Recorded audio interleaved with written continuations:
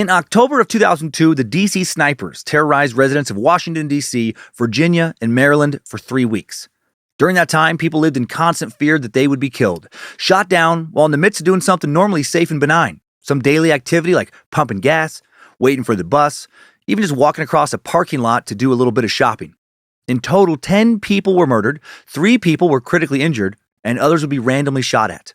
Hundreds of FBI agents and local police officers would work the case before it was over. They were desperate to catch the man who was dubbed the D.C. Sniper or Beltway Sniper by the media, except it wasn't one man.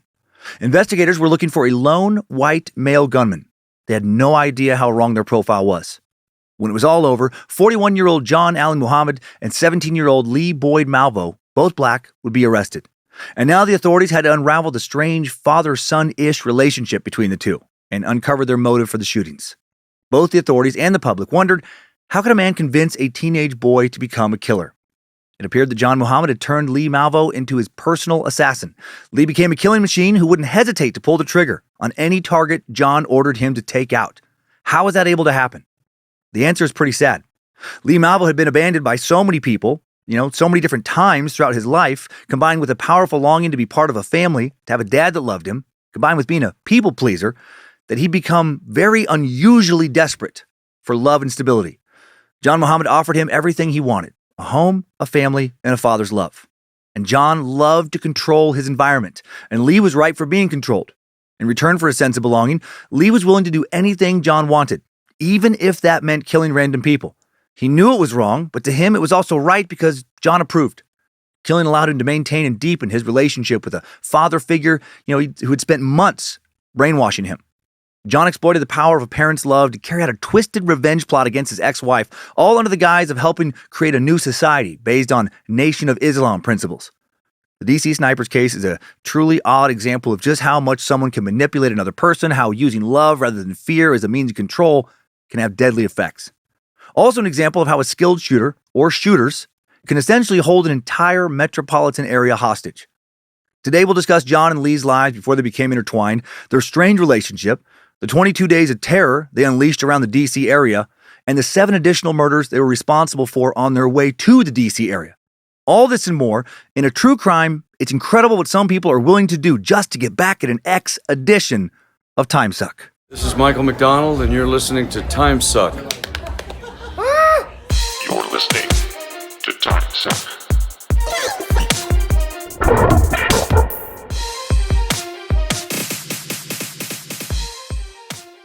Happy Monday, Meat Sack. Welcome to the Cult of the Curious. Hail Nimrod, hail Lucifina, praise Bojangles, and glory be to Triple M. Hope you Dad Sacks had a good Father's Day this past weekend. Recording before Father's Day, hoping for sunshine and enough warmth to get out on the boat for the first time this summer. That is what I want for Father's Day. Such an interesting story for you today. Technically a serial killer tale, a tale of 2 serial killers, really, but their motives, the way their relationship worked, so different than any of the killers we've covered so far. The closest episode, the closest other suck that this suck probably is, I can't even think of how to phrase that phrase. This suck is probably closest to the Columbine Massacre. There, that's how you phrase that in our catalog. But even that episode isn't really that similar to this one. It I guess just stands alone. Like John Allen Muhammad, Lee Boyd Malvo, just a very unusual pair of killers. So I was fascinated by this story. Hope you are as well. A couple quick announcements before digging in. New merch in the Bad Magic store this week, just in time for the upcoming 4th of July holiday. You can head on over to badmagicmerch.com. Check out the new red, white, and blue tee and tank. This design also available in a cool 2-tone mug and wall flag, because why not? So check it out. Go full fucking Lee Greenwood this 4th. Speaking of celebrations, need to address the recent group of dirtbags that made national news here in Coeur d'Alene for attempting to riot at a Pride in the Park LGBTQIA plus support event back on Saturday, June 11th. Got a lot of texts, messages asking me about it. The fam and I were out of town. We were in Chicago when it happened. Thanks, by the way, to all the meat sacks who came out to the Davenport, Iowa and Chicago shows to close out the spring touring. It was fucking fantastic. But not fantastic what happened here. Anyway, 31 really fucking stupid men, all of them members of a white nationalist group called Patriot Front, were arrested, and quickly, by awesome members of our local law enforcement who do a great job around here. Those 31 dipshits, a bunch of strong pony boys, traveled to near the event and a U-Haul trailer, and then police shut them down before their dumbasses could do anything terrible. Most had traveled to Idaho from other states. Do want to point that out? Outfitted with riot shields, shin guards, at least one smoke grenade. Also had masks on, but the police made sure to take those off and expose them. I love that. They're accused of planning to incite a violent disturbance at a pride celebration, and then they planned, apparently, allegedly, to continue rioting along Sherman Avenue. We record on Sherman Avenue. This all took place not that far at all, really, from the Stuck Dungeon. Only 2 of those idiots come from Idaho, neither from CDA, one from Genesee and one from Idaho Falls. And 2 others do have ties to Spokane. And just want to say that their actions do not represent this area, at least not the people I interact with here. A lot of good people around here trying hard to promote an inclusive, tolerant atmosphere to reverse the narrative. Unfortunately, we do have, it feels like, more than our fair share of medieval nut jobs who remind me more than I would care for of Westboro Baptist Church lunatics.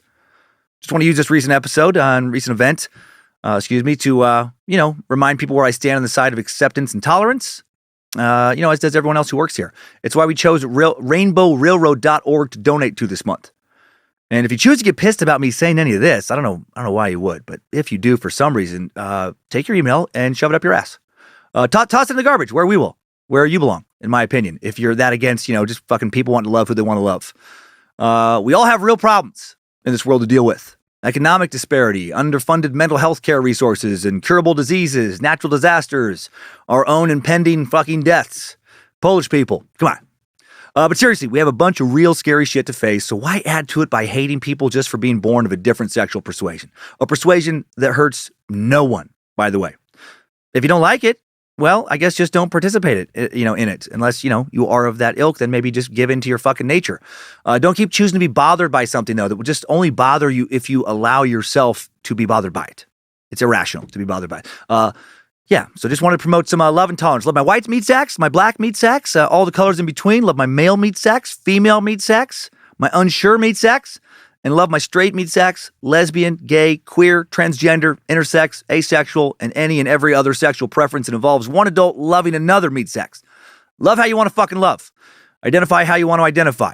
Also love loads of Christian sacks, Muslim sacks, Hindu sacks, Buddhist sacks, Jewish sacks, atheist, agnostic sacks, and a lot of other sweet fucking sacks. You let me be me, I let you be you. As long as you and I aren't taking advantage or exploiting or hurting anyone else, why should anyone fucking care? When it comes to one adult loving another adult, can't the world always use some extra love? So how about we all fuck off with the dumb shit involving being a hate-mongering bigot who just wants everyone else to only love exactly the way they love? We have gas prices and supply chain problems and shit to worry about.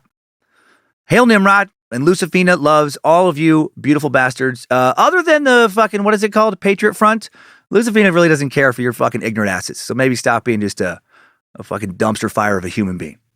And that's it. That's all I got to say about that. So let's get to our story after I push this button.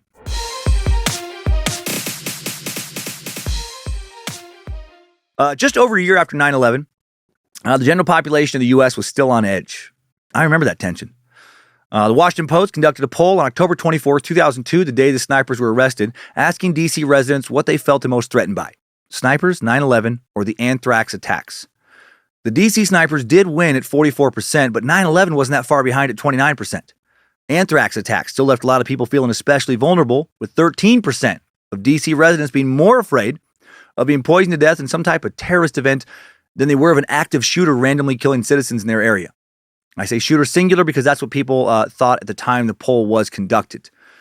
By the time that poll was conducted, the D.C. sniper had ended 10 lives, injured 3 additional people in the area. None of those people had made the type of choices that victims of other serial killers have often made that have historically led to a lot less empathy for, their murders. DC sniper victims hadn't been sex workers entering the van of a stranger with no witnesses around to even see who they were driving off with. They weren't addicted to hard drugs. They weren't again approaching or being approached by strangers while buying these drugs, perhaps alone in some poorly lit area. They weren't hitchhiking out by themselves. They didn't even, forget to lock their doors while sleeping at home. Hadn't chosen to walk around alone in a neighborhood particularly noted for violence. Weren't closing down a bar alone, even sitting at a bar alone. They weren't engaging in any behavior that, a rational person would deem as high risk. They weren't doing anything that anyone could say, you should have been more careful. Unless by being more careful, you think that just people should just never leave their houses, just always stay inside of a locked house, never open the drapes, curtains, blinds, windows, nothing. The victims were doing everyday tasks like cutting grass, pumping gas, shopping, or just like reading when they were killed. These shootings also occurred in busy areas full of people in broad daylight where you would think you should be safe. Plenty of other people around. None of the victims fit a particular type. Some of the victims were young, some were old, some were black, some were white, some men, some women. It felt like no one was safe. That's why this was so much scarier than, anthrax, 9/11, which were scary things at that time that I myself, would think about and worry about. In the D.C. area, if you left your house, no matter who you were, you knew that you might get shot dead by a gunman who you would never even see. Someone you'd only maybe just hear a millisecond before being gunned down. You'd have no time to prepare, no chance to defend yourself. How maddening. How stressful. In response to these shootings, the FBI quickly dedicated 400 agents to the case and set up a tip line. Over 100,000 tips flooded in. Agents mapped out all the crime scenes. Behavioral analysts threw together a profile of the killer. They set up a joint operations center with Montgomery County, Maryland Police Department, led by Police Chief Charles Moose. That's a great name. The Moose. Chief Moose. Moose on the fucking loose. That guy got caught all kinds of shit coming up on the force. Officer Bullwinkle. Sergeant Moose Knuckle. Come on, at least one person made that reference. Captain Moose Knuckle and his officers struggled to identify and locate the snipers because of the randomness of their attacks. Each day, the shooter remained out on the loose, the more fearful D.C. area residents became. Businesses closed, schools in the surrounding areas increased security and canceled all outdoor events and field trips. City League sports teams canceled games. Public events held in the city were canceled. Kids had recess held inside for almost a month. Residents of D.C. and the surrounding areas became afraid to go outside their homes for any reason at any time. Many were truly afraid to let their kids play in the backyard. Many didn't let their kids play in the yard. You just never knew where the sniper? You just never knew where the striper might be. Damn it. I wanted to hit that a little longer.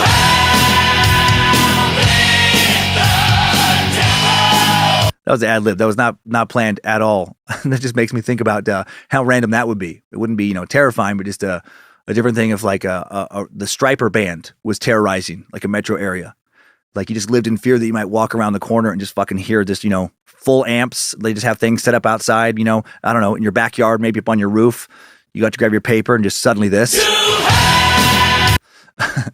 But anyway, you didn't know where the striper would, God damn it, sniper, not striper. The sniper would strike. Ah, man, kept trying to say sniper would strike and my brain wanted to add those two words in the striper. Activities like mowing the lawn, pumping gas, running errands became much more than simple chores or inconveniences. There were now life or death situations. People at gas stations literally started crouching down low behind their vehicles, shuffling back and forth like people would always be moving outside, make themselves harder to hit. Some gas stations even covered their pumps with large tarps, offer some illusion of safety to customers. People were routinely zigzagging through parking lots to make themselves, tougher targets. It was fucking crazy. Imagine how stressful that would be. I mean, it would be like living in a war zone. Sadly, many people live right now in areas around the world with active military conflicts or militarized insurgencies, right? Where you just don't know what the fuck is going to happen, where the bomb's going to drop. How extra terrible for vets in this area at this time with PTSD, right? You come home from the Gulf War in Iraq, where you never knew if or when you might be shot. And then a couple years later, 10 years later, maybe when you thought it was all behind you, now you got a sniper fucking roaming around at home. Shortly after his arrest, the police came to learn, or at least briefly believe, that John Muhammad expressed sympathy for the September 11th terrorists and may have shot people out of anti-American sentiment. But that's not true. As we'll learn, he had much more personal motives, driven by an extreme need for control. The D.C. sniper attacks ended up being called a non-traditional hostage-taking situation by some law enforcement specialists. The attacks had all the elements of a normal hostage-taking except for a, quote, static stronghold or crisis site. And instead of a few hostages, the whole D.C. region was taken hostage. I would have never thought of these attacks in that way had we not come across that info. But it makes so much sense. Once I read it, I was like, oh yeah, that's exactly what it was. Since for weeks, no one knew who the sniper was, only that they kept, just taking people out in the D.C. area in a way that made it very hard to catch them. I mean, it was like they were holding the entire area hostage, which is really scary to think about. Makes me imagine that scenario, here in Coeur d'Alene. As I worked on this section of notes for the first time, I stood at a desk just a few feet from a window in plain view of a commercial building next door. Someone on the roof of that building could have easily sniped me if they wanted to for whatever reason. If I walk out into the parking lot to get into my truck, I could be sniped by someone on the rooftop. Rooftops of a variety of buildings around here. Someone sitting in a car from a variety of locations nearby. If I walked out the front of my building to head down the street, all kinds of places I could be shot from. I often jaunt downtown in the morning to get some breakfast or some coffee. So many places they could snipe me. And if I lived in a much more populated area, oh my God, so many more options. I was just in Chicago and Boston with Lindsay and the kids, and we stayed downtown in both cities. I wouldn't have felt safe going anywhere or having the shades up on the windows in our rooms. In either place had a sniper been on the loose. Again, what a crazy amount of stress those two pieces of shit place a entire city under, entire metropolitan area under, numerous locations. Suburbs and things. Northern Virginia Magazine wrote in a 2019 article, reporters got used to waiting for the next shooting, dropping what they were doing, driving out to a crime scene that could be hours away, and then do live television for an unspecified period of time with little or no information to report. A lot of the day-to-day coverage was scene setters, footage of people pumping gas on their knees, interviews with people who changed their grocery shopping habits to avoid walking to parking lots, canceled soccer games and childless outdoor playgrounds. And then the traveling roadshow would set up a satellite truck in a different location 20 miles away. As the crisis continued, media professionals realized that their reporting was becoming part of the twisted logic behind staging the murders. If the news media reported that all the shootings happened during the day, they would shoot somebody at night. If they reported all the shots happened during a weekday, they'd shoot someone on the weekend. Perhaps most infamously, the media reported that no children had been shot, and within a number of hours, 13-year-old middle school student or a 13-year-old middle school student was shot in Bowie, Maryland. Man, how disturbing. How terrible for those reporters and journalists, right? To worry that just doing your job was going to help get somebody else killed. FBI profilers initially thought the shootings were committed by a disgruntled, middle-class white man driving a van. Excluding the disgruntled characteristic, they couldn't have been more wrong. The mastermind behind the shootings was a divorced man who'd lost custody of his kids, who'd also manipulated a teenage boy into becoming his right-hand killing machine. All right. Now that the stage has been set, let's get to meet these two ridiculous assholes, find out how they met each other, and how they became the DC snipers in today's Timesuck timeline. Strap on those boots, soldier. We're marching down a Timesuck timeline.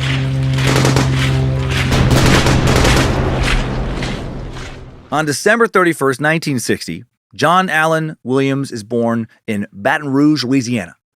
His parents are Ernest and Murtis Williams. Fuck yeah. Ernest and Murtis. Sounds like a couple born in the first few decades of the 20th century. Murtis is listed as Eva in a few popular sources, but the most credible sources do refer to her as Murtis, if you're familiar with this story. So I'm going to go with Murtis. A lot of shitty sources out there about these shooters. I am noticing that more and more with the clickbait world we live in. A lot of content creators putting way more energy into headlines and thumbnail images than they are into, paying for a variety of solid newspaper subscriptions and archives to actually access credible information. Just a lot of close enough. Makes me a bit nervous. We have way too much disinformation out there as it is. I don't want to see it get worse. See people either influenced by bad info or losing trust in sources in general or both more often. Back to the shithead now. Shortly after John's birth, the Williams family moves to New Orleans because Murtis has been diagnosed with breast cancer. John's mom dies in either 1963 when he was 2, in 1964 when he's 3, or in 1965 when he's 4. Sources vary quite a bit there. They'll smooth out as we get farther into this, by the way. I'm not going to constantly be pointing out the discrepancies here. He and his siblings are raised by an aunt back in Baton Rouge. I'm going to say she died in 1964, since that's what his aunt said when interviewed by a reporter for the Chicago Tribune in an October 27, 2002 article that does appear to be well-sourced. A lot of interviews with family and old friends in that one. A lot of good quotes. John's siblings' names are redacted in the published FBI reports about this case, but a few national news articles reference him as being one of 6 siblings, including a younger brother named Edward Williams, older sister named Bessie, another sister named Orlin Marie. Not sure what the names of the other 2 siblings are. I imagine they're glad to not be publicly associated with John. John's sister Orlin shed some light on a possible dark childhood they had, telling a CNN reporter after her brother's conviction for capital murder, but before being sentenced, that our life was pure hell. We just got beat. I wouldn't wish the life we had on my worst enemy. She said all 6 Williams children were beaten with electrical cords, switches, hoses, pipes, and by hand. John's sister Bessie added, we didn't know anything but beatings. We were raised like animals. According to John's brother Edward, their uncle Felton Holiday dished out a lot of those beatings. He worked as a guard at a Louisiana reform school in the early 1960s, where he allegedly beat a 15-year-old mentally handicapped prisoner to death.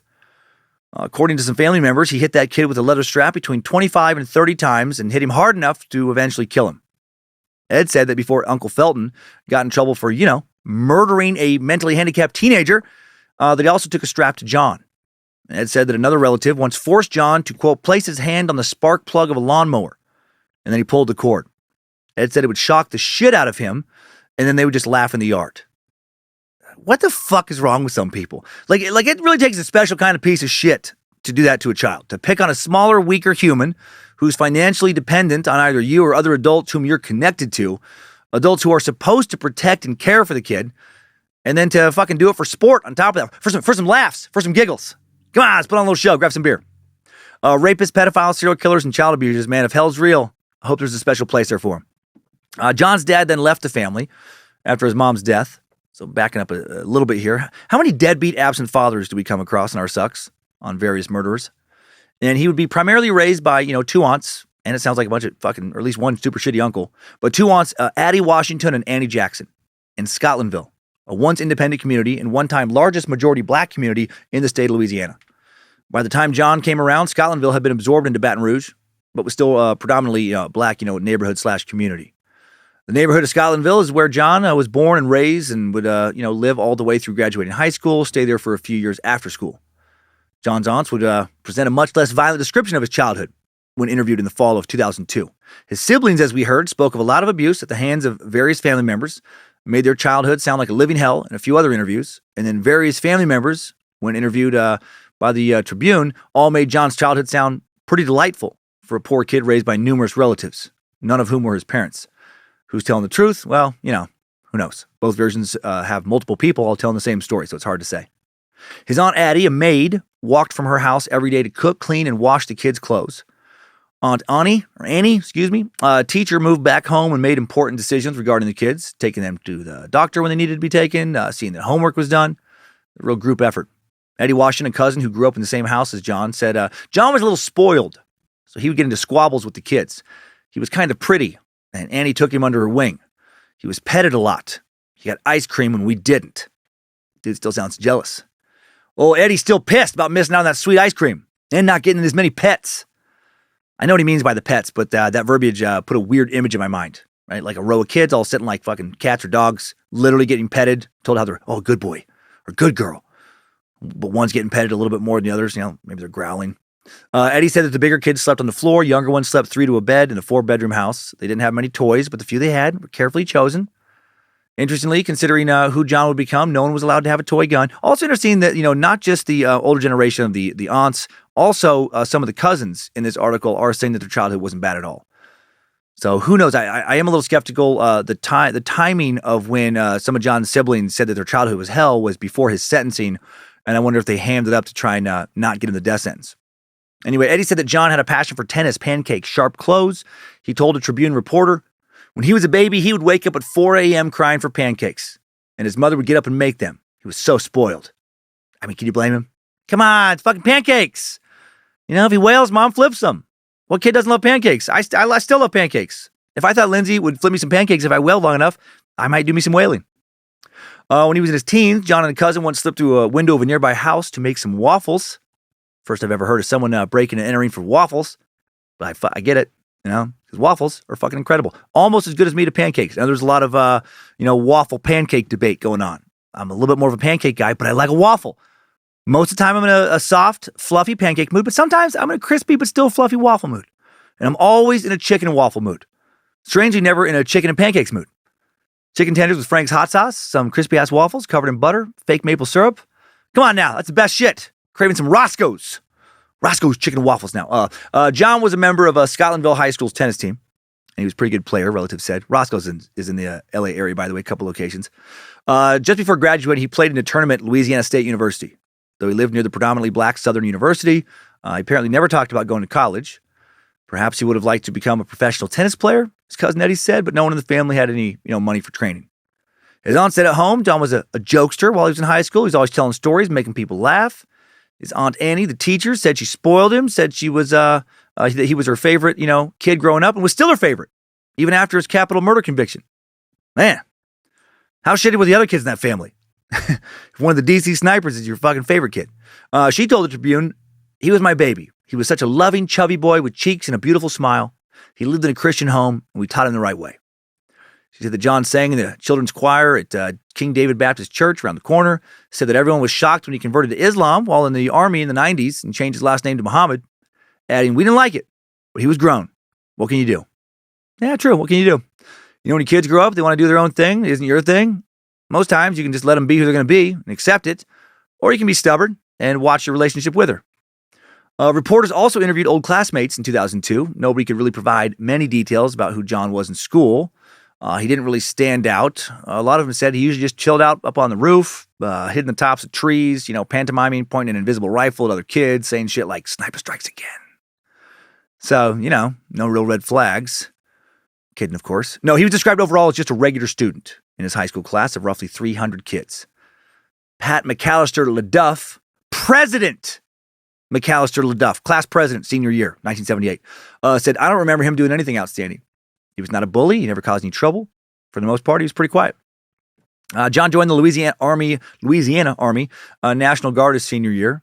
His aunt Annie said she was proud. He was proud to serve, loved to wear his uniform. After graduating from high school, Muhammad worked as a welder for a few years in a local scrap metal yard and then also at a shipyard. Earned about $14 an hour, which was real good money for that time and place. Rough equivalent to about $65 an hour now. He had a good time. After graduation, he dated around, wore flashy clothes, enjoyed being a young, single, attractive man with some money in his pocket. Purchased a brand new black Oldsmobile Cutlass Supreme. Family members said he turned into a real lady killer. He was having a lot of fun out of high school. Young cousin, Edward Holliday. Too many fucking Eddies in this family. Remember being 16 not long after John graduated, and he still didn't have a driver's license or car.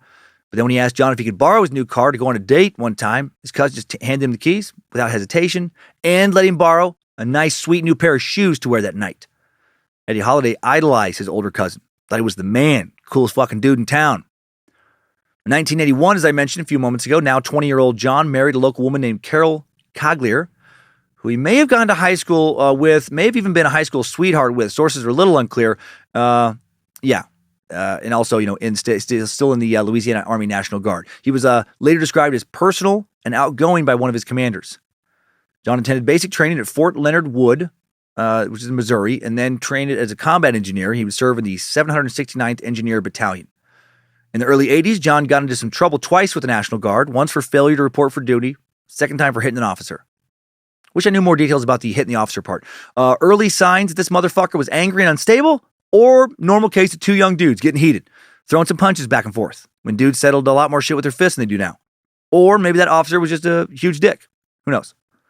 Also, about a year after getting married, John and Carol had a son they named Lindbergh. 1985, John transferred from Louisiana National Guard to the U.S. Army and was stationed at Fort Lewis, just outside of Tacoma, just south of Tacoma, Washington, with the 15th Engineer Battalion. His wife, Carol, and their new 3-year-old son, Lindbergh, stayed home. And then John and Carol get divorced the next year, 1986. Right? Something was going on probably when they would move out there with him.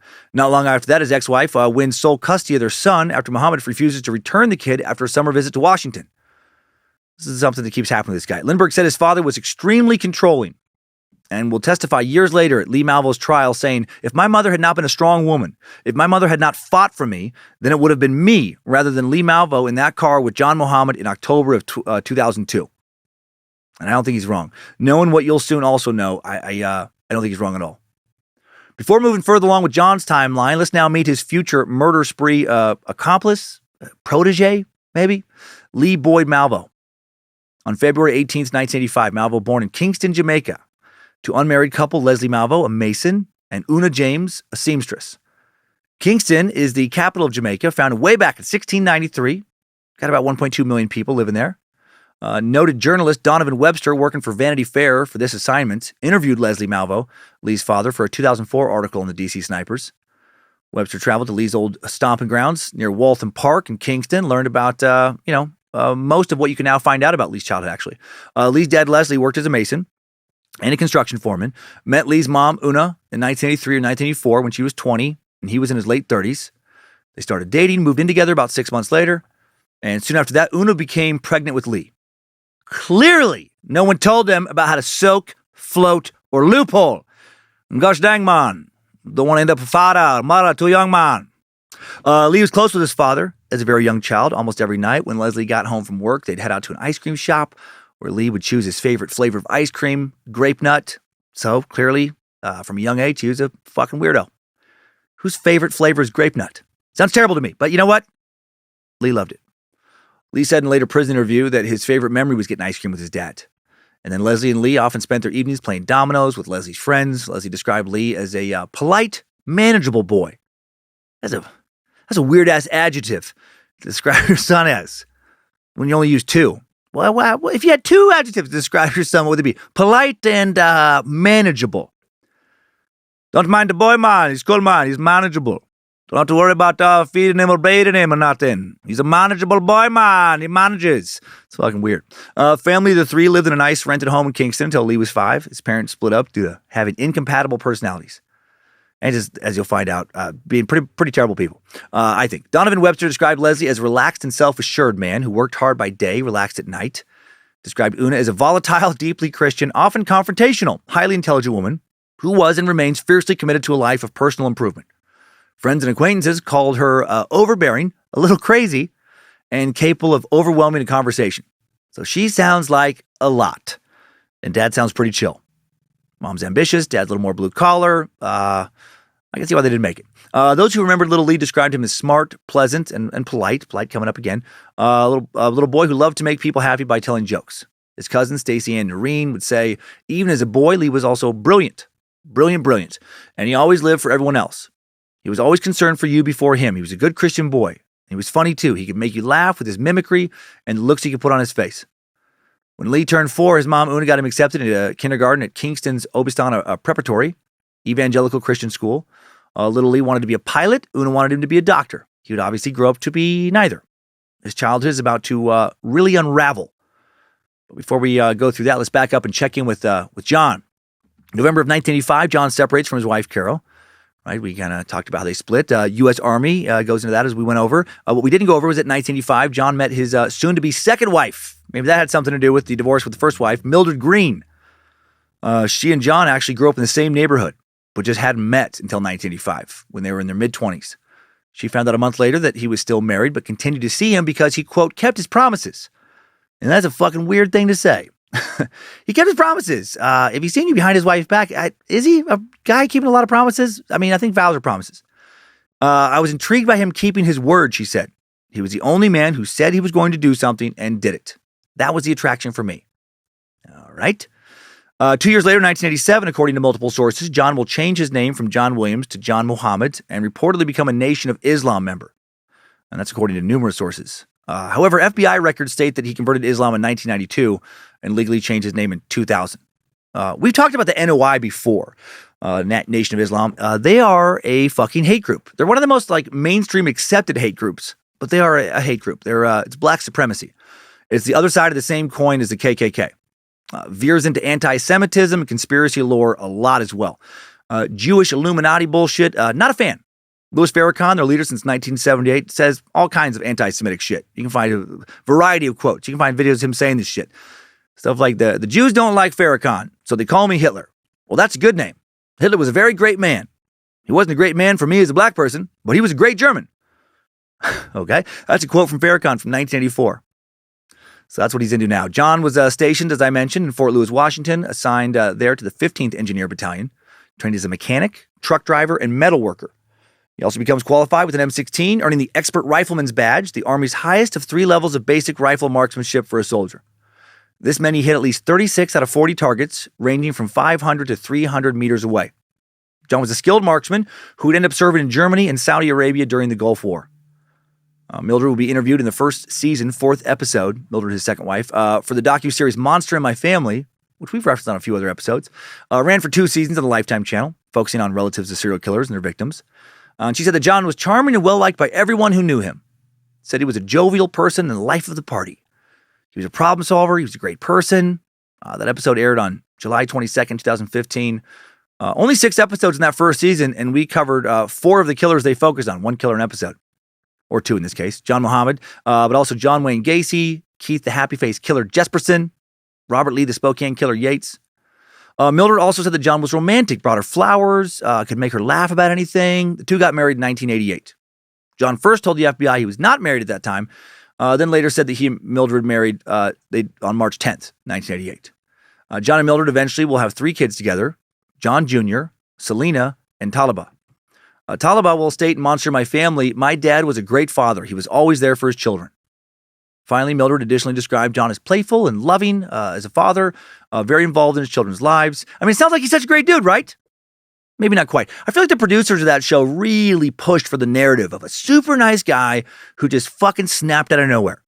But that narrative is not true. You'll find out soon that John changes pretty dramatically several years into his marriage with Mildred. As Mildred herself said in a few non-reality TV interviews with some newspaper reporters, that he spirals over several years into the dude the world will know as one of the DC snipers. Let's check back in now with the other sniper, Lee Malvo. October of 1988, Lee's dad, Leslie Malvo, is offered a job on Grand Cayman Island. Lee's 3 years old. Leslie will go help build a casino and hotel complex. In doing so, he's able to send home $300 a month to help his family, and that's what he does for a time. He visits home as much as he can, but also away for long stretches, months at a time. Una becomes resentful of her husband being gone, and then she hears rumors that Leslie has a new girlfriend on that island, and that he also received a raise he didn't tell her about, keeping the extra money for himself. And, of course, for his new lady. Leslie will later deny seeing someone else behind Una's back and also making extra money and not telling her. According to him, their relationship started to really fray when he was away in this remote job due to Una becoming paranoid, jealous, and constantly nagging him. So who knows, again, which one is telling the truth. It's he said, she said. Back to John now real quick. In 1979, John transferred to Germany, joins the 864th Engineer Battalion, working with heavy equipment, and training as a sniper specializing in targeting civilian populations alongside a teenage sidekick. Or trains as a demolition specialist, or probably that one. First one sounds like something that would have come up a lot more news coverage around this terrible story. Back to little Lee. Late 1990, early 1991, Lee's father, Leslie, gets into a heated argument with his mom, Una, and punches her in the jaw hard enough to knock out a tooth. So maybe a little bit more than a heated argument. A fight. Domestic violence. Next day, they have another heated argument where Una attacks Leslie from behind with a machete. She swings at his right hand, misses, but does cut his wrist, and he's left with a scar. Also, more than an argument. Source listed the punch to the jaw as an argument. I found that ridiculous, and I added the second one. I qualified the machete attack as an argument, just to be intentionally ridiculous. Domestic violence now getting thrown back and forth by both parties. When Leslie returns to Grand Cayman Island after these two fights, Una moves out of the house, takes more than $11,000 out of their joint bank account, moves to Endeavor, a remote district in Jamaica's St. Anne Parish, almost exactly 50 miles from Kingston. Rents a house from a relative there, opens up a small grocery store. Leslie has no idea. He comes back home a few weeks later, a bit surprised, and I imagine more than a little upset, to find out that his house is empty, his bank account is empty, and his son's gone. Pretty rough homecoming.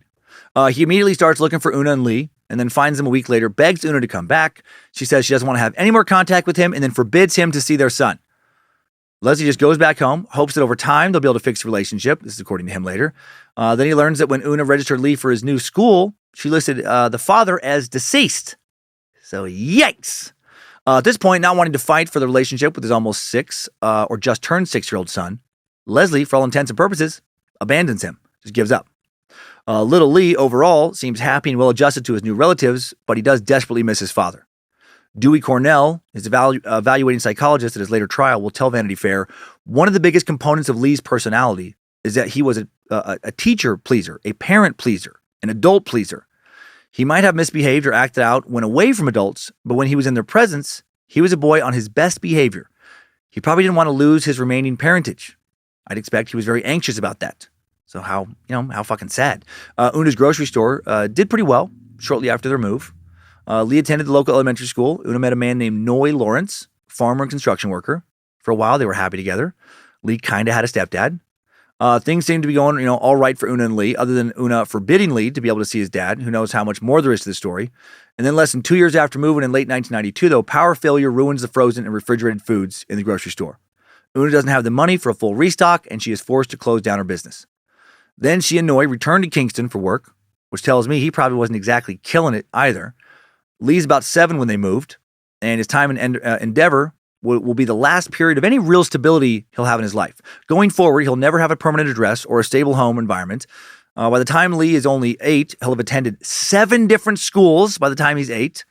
By the time he's 15, he'll have been to a dozen different schools. Holy shit. So much instability. I mean, imagine that. And as an only fucking child, so much harder on him than it would be if he had siblings to be in the same boat with. other kids to have consistency and camaraderie with about this. I mean, imagine having to start over 12 times in less than 12 years of school, more than once a grade. You're the new kid, have to figure out how to make new friends, how to deal with being friendless. At least once a year, you got to say goodbye to any friends you might have made. And a lot of these schools will be in different little countries in the Caribbean too. I mean, that's just no way to have a childhood. Meanwhile, backing up to when young Lee moved back to Kingston in early 1991, an adult John Muhammad still serving in the military. John was deployed to Saudi Arabia for 3 months in 1991 as part of Operation Desert Shield, which then rolled into Operation Desert Storm. First operation, a buildup of troops. Second, active combat. John had the rank of sergeant, was put in charge of 21 soldiers, and he did see combat. He saw death. He performed perimeter guarding, mine sweeping, support. He was exposed to chemical agents, and numerous soldiers in his unit would develop Gulf War syndrome. And Gulf War syndrome is a widely used term to refer to the unexplained illnesses occurring in veterans of the 1991 Gulf War. People affected by Gulf War syndrome can experience fatigue, pain, cognitive problems, rashes, diarrhea, and more. According to Hopkins Medicine, it can be caused by chemical exposure and or psychological factors like PTSD. Before John left, he wrote down a list of instructions for Mildred in case he didn't come back. She said years later, he was only there for 3 months. When he came back, that strong, confident, jovial, happy man that left was no longer there. She said that before he went to Iraq, he wanted to be a career soldier, but then he returned from his tour of duty in the Persian Gulf War a changed man. He told her that black soldiers like himself were discriminated against. One incident in particular apparently left him seething.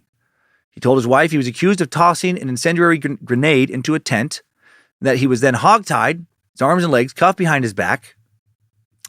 Seems suspicious to me. I mean, I've never served, never been in the military, but why would he be randomly accused of doing something like that? Why would they tie him up like that if he hadn't done anything? I mean, I know that could have happened, but is it likely? Just because of who becomes later, I have to wonder if there's a lot more to this story that he just never shared with Mildred. Might have left out some very important and possibly very incriminating details. Also told Mildred that once when a siren sounded to alert the troops to a possible gas attack, no one gave him a gas mask. And that by the time he learned it was a drill, he had been humiliated in a manner that he would never forget.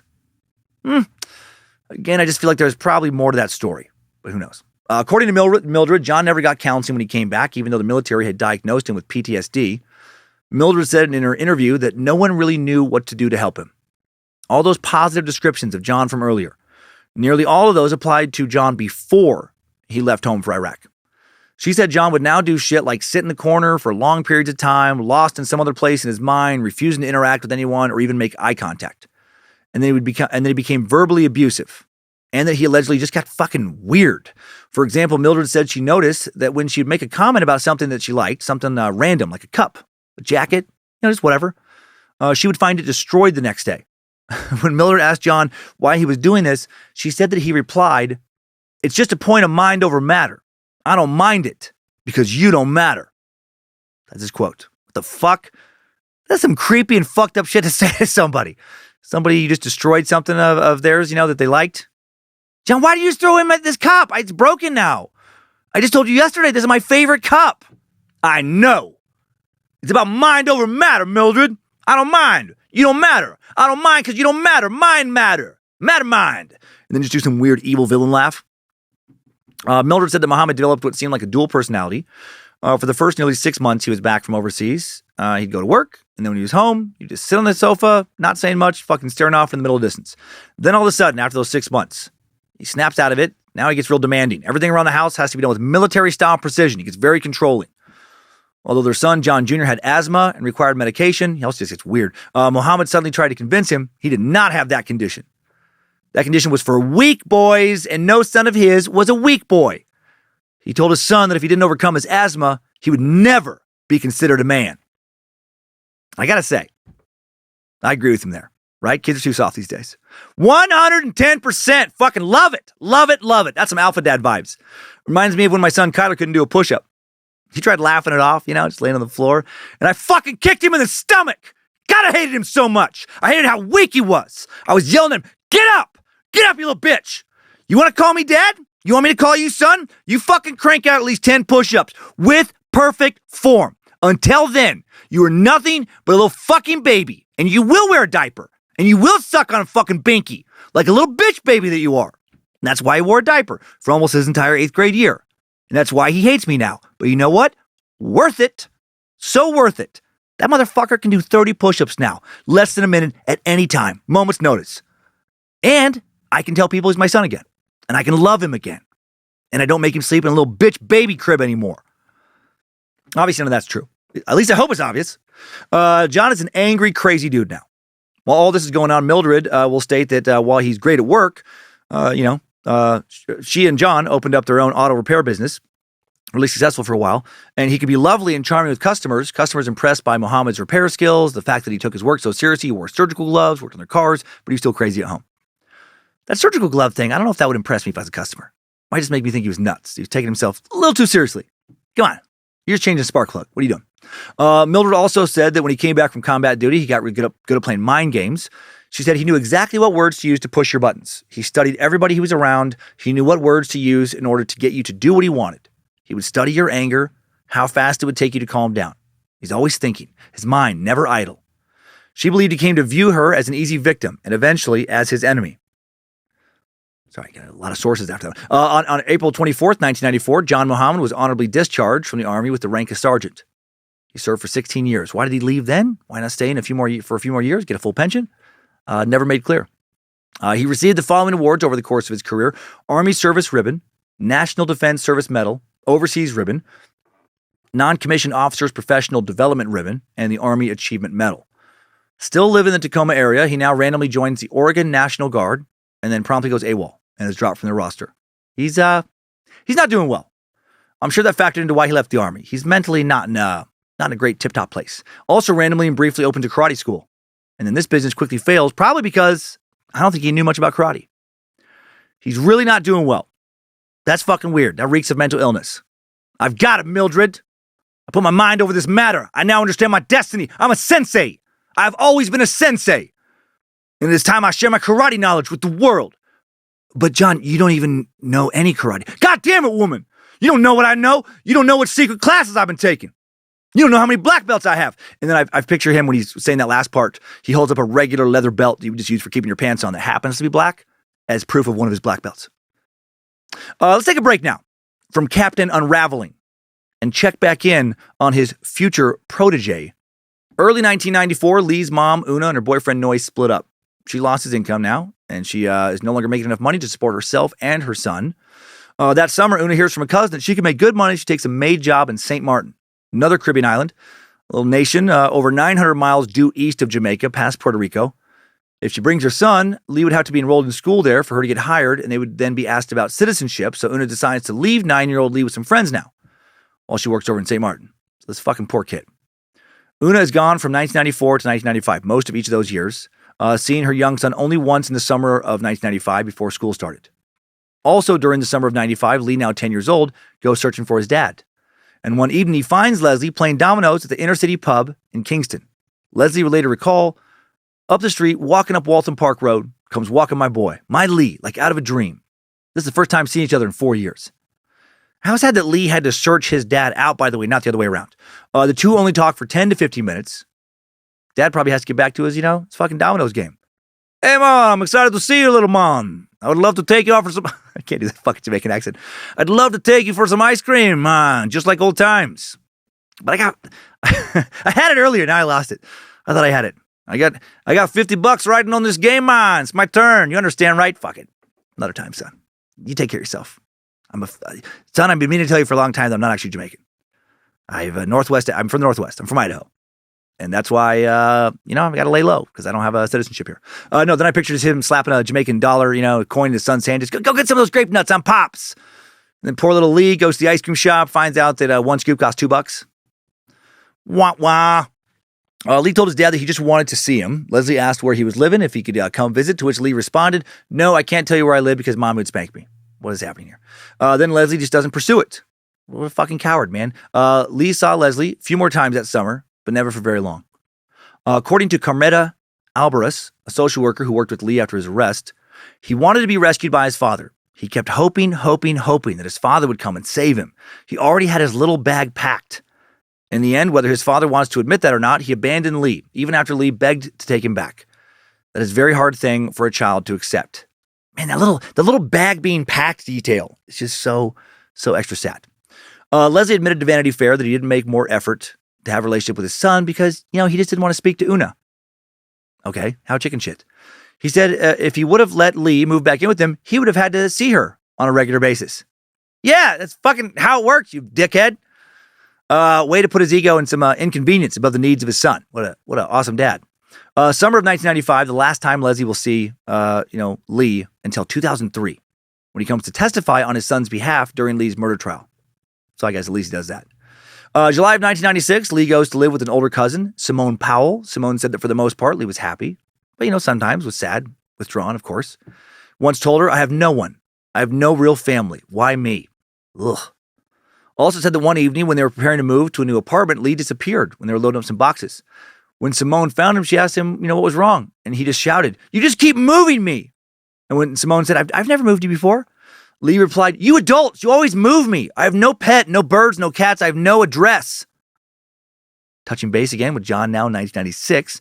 That year, Mildred sided with Muhammad's first wife, Carol Williams, in a dispute about Lindbergh Williams, John and Carol's son, who was visiting his dad at that time. John wanted to leave town with his son, then 13, and just violate a custody agreement. Mildred said, I convinced him to put Lindbergh on the plane, send him to his mother. When he boarded the plane, John turned around like I wasn't there. I think that is when the hatred for me began. I had betrayed him. So John continuing to unravel, not getting the control, right? Not controlling the life around him like he wants. One of this controlling aspect of his personality is what led him to some problems when he was in the military too. Maybe a little too heavy-handed with soldiers he was overseeing. Maybe he didn't like officers above him telling him what to do. Let him know it. By 1997, Mildred had also converted to Islam. Some sources say that John converted this year as well. Sources are all over the fucking place when it comes to when this dude converted to Islam. Literally a 10-year discrepancy. So he seems to have converted to Islam sometime between 1987 and 1997. He was definitely converted by 1997. As their domestic problems mounted, most of their friends at the mosque sided with John, she said. He had wrongly accused her of having an affair and took the matter to the mosque, she said. As a result, she lost her job as a secretary. She said, I was made to look as if I was incompetent and pathetic. He was telling me I'm not good enough, that I was not a good Muslim, I was not a good mother. He sometimes showed his desire to control in strange ways, she said. Once he changed their home telephone number, but then refused to tell her what the new fucking number was. That is absurdly controlling. God, that's so embarrassing. Okay, great. Hey, we'll call you when we have your blood work results. What's a good home phone number? John Muhammad. Excuse me? John Allen Muhammad. No, I just need your number, ma'am. John has it. Please just call John. And what's John's number? John Allen Muhammad. You just have to find him. He's somewhere in the city, I think. God, it's weird. Bouncing back to Jamaica, fall of 1997, Lee asked if he could live with his cousin Simone permanently, and Mom said yes. Oh, no, sorry, Simone said yes. Simone said yes, so that's sweet. But it will end badly. Pretty much everything ends badly for Lee. December of 1997, Una returns home from St. Martin. She's done working over there, at least for the moment. She knocks on the door of Simone's house to see her son. When Lee sees his mom, he shouts, "Don't let her take me. She's not going to take me." Yikes. Not the homecoming most parents would hope for. Well, Una does take Lee. Simone can't legally stop her, and he'll never live with Simone again. His unstable shitstorm of a childhood continues. By the spring of 1998, Lee is living with other children in a student boarding house now back in St. Anne Parish. His mom fucking left him behind again for St. Martin. Right? Could have left him with family. Family wanted him. And he's like, nope, I want you. And then JK fucking puts him in a little, boarding school and bounces out of the country again. Lee becomes withdrawn, quiet at the boarding house. Yeah, I'm sure he's fucking depressed. Other kids, get to go home, visit their family on the weekends, not him. Winsome Maxwell is Lee's homeroom teacher. She notices how sad he is to be left alone on the weekends, and she asks Una if he can spend the weekends with her and her father, Webster Maxwell, who lives with her. Una says yes. Now Lee quickly develops a bond, a fatherly bond with Webster Maxwell. Yet another adult parental figure that fate will not allow him to stay with. Meanwhile, in Tacoma, John closes the mechanic shop in either 1998 or 1999. He said he closed his business because Mildred was having an affair. He said he confirmed the affair by bugging his phone and recording the conversation. And that's what he'll tell the FBI.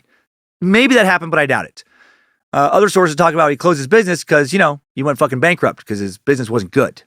And maybe his business wasn't good because he was fucking crazy and getting crazier all the time. And now back to Jamaica, man. I think I got it again. Summer of 1999, Winsome Maxwell asked 14-year-old Lee if he wanted to move in with them. Lee's happy, excited. Yes, he does want to move in with them. Maxwell then asked to legally adopt him. He's going to have a stable home life, right? Yes, everyone's in agreement. Let's do this. He hopes he's finally found the father he'd always wanted, but then fucking Mama shows up. Mama doesn't care what Lee wants. Both his parents, so fucking selfish. Una calls from Antigua, where she's now living and working, says Maxwell needs to send Lee to her right now. Mails an airline ticket to Maxwell's house. And that'd be great if she had some stable life over in Antigua, nice home for them to live in or something, but she doesn't. But before that, back to Washington. September of 1999, Mildred and John separate. John moves out. Now shit starts to get really creepy with John. Post-separation, John starts using his key to sneak into the house in the middle of the night. He'll do stuff like stand over his old bed and just watch his, soon-to-be ex-wife sleep. Mildred, pretending to be asleep one time, watched him walk from one side of the room to the other, just watching her before finally leaving the house. She's so scared, she goes to court, gets a lifetime restraining order against John. The judge thought Mildred had reason to be scared, even told her she needed to get away from him, maybe move out of the area. So Mildred files for divorce. John does not appreciate this. Mildred said he twice threatened her life around this time. She said he warned her, "You're not going to raise my children. You have become my enemy. And as my enemy, I will kill you." Then on the other occasion, he calls her mom and says that he'll kill, Mildred. Which seems even scarier to me, to call someone's mom and say you're going to kill their daughter. And then he takes the kids. March 27th, 2000, John tells his wife he's taking their kids shopping. He picks them up from school, tells her he's going to take them to, out for a few hours, have them back at the house, in a few hours. A few hours come and go. Then John calls to say he's gotten delayed, but he'll have the kids back soon. He actually called from the airport shortly before he and the kids boarded a plane to the Caribbean island of Antigua. John insisted in court later that he had Mildred's permission to take the kids away. He did not. He fucking kidnapped him. And the court believed her when she said that he kidnapped him. But it wasn't going to be easy to get her kids back right now. She wouldn't see her kids again for a year and a half, not until September 4th, 2001. How is John supporting his kids down in Antigua now, where he's not a citizen? Well, it's strongly suspected, seems pretty, definite, that he was selling false ID cards, other forged government documents. And he just continues to spiral. Mildred said later in a documentary interview, "I had to put my head to a pillow every night and not know where my kids were. I can't articulate that kind of pain." When law enforcement located her kids, returned them to her, Mildred then secretly took them to live in Maryland. After she left, some friends in Tacoma would tell her that John was looking for her and that he was determined to get his kids back. Mildred would say that from time to time, from the time, he took their kids to the day he was arrested for the DC Sniper murders, she lived in fear every day of her life that he would show up out of the blue and just murder her. But I'm getting ahead of myself. Two timelines about to connect now. Backing up a bit. Late 1999, Lee Boyd Malvo moves to Antigua to be with mom, something he's not thrilled about. About a year later, October of 2000, John and Lee will meet. They run into each other at Zaza Electronics in Antigua. Lee is now attending a Seventh-day Adventist school. His teachers and friends like him, later report that he did well academically, but home life, different story. At one point, while going to school there, Lee was living in a single-room shack made out of fucking plywood. No electricity, no running water. And how fun is this? Mom had abandoned him yet again. Way to go, Una, you selfish piece of shit. Way to fuck up your son's adoption into a healthy and happy home he wanted to live in, so you could bring him to another country where you just promptly abandon him yet again. Dude really has two winners for parents. John and his kids lived a mile down the road from where Lee was staying. John hung around St. John's, the main port in Antigua. Some of the locals knew him as the Runner because he would run every morning. Okay, makes sense. John told people he served in the Gulf War. True, that was true. Also told people he was a member of the Special Forces. Not true. Wanting everyone to think he was a bigger badass than he was. Sounds like the kind of thing a dude who doesn't know karate but still open to a dojo would do. People later would remember noticing how good John was with children. Leone Martin, the owner of Zaza Electronics, would tell Vanity Fair he had this power over them. I admired it. Everyone did. He gave the children discipline, and they loved him for it. He was not harsh or unfair. It was discipline mixed with love and care. If they'd done something wrong, he'd say, "Drop and give me 50." And the children would drop and do 50 push-ups just to please him. Oh, man. What a good father figure. Or what a sad, weird guy who desperately wants to control people. What a pathetic dude who craves having power over others but can't get it from adults, so goes after young, vulnerable others. What a great guy. John became a local hero. He fixed cars, gave medicine to sick kids, gave advice to anyone who needed it. Always seemed to notice when someone was having a bad day, he'd stop and talk to them. Who knows, maybe he was trying to do right at this time. Trying to wrestle whatever demons he was fighting. What is big deal? He tried to wrestle himself into better man. According to Lee, he and John met at Zaza Electronics when he saw John and his son playing a Microsoft flight simulator. Reminded him of playing with a paper airplane with his own father. Lee said of John, "The man I met was not a monster. This was a guy who could have been anyone. Once he earned my trust, it was pretty much complete. Imagine it being a cult of two. That's a good way to describe what's coming. Very, very small cult, the smallest. One leader, one follower, just enough people to do a lot of horrible shit.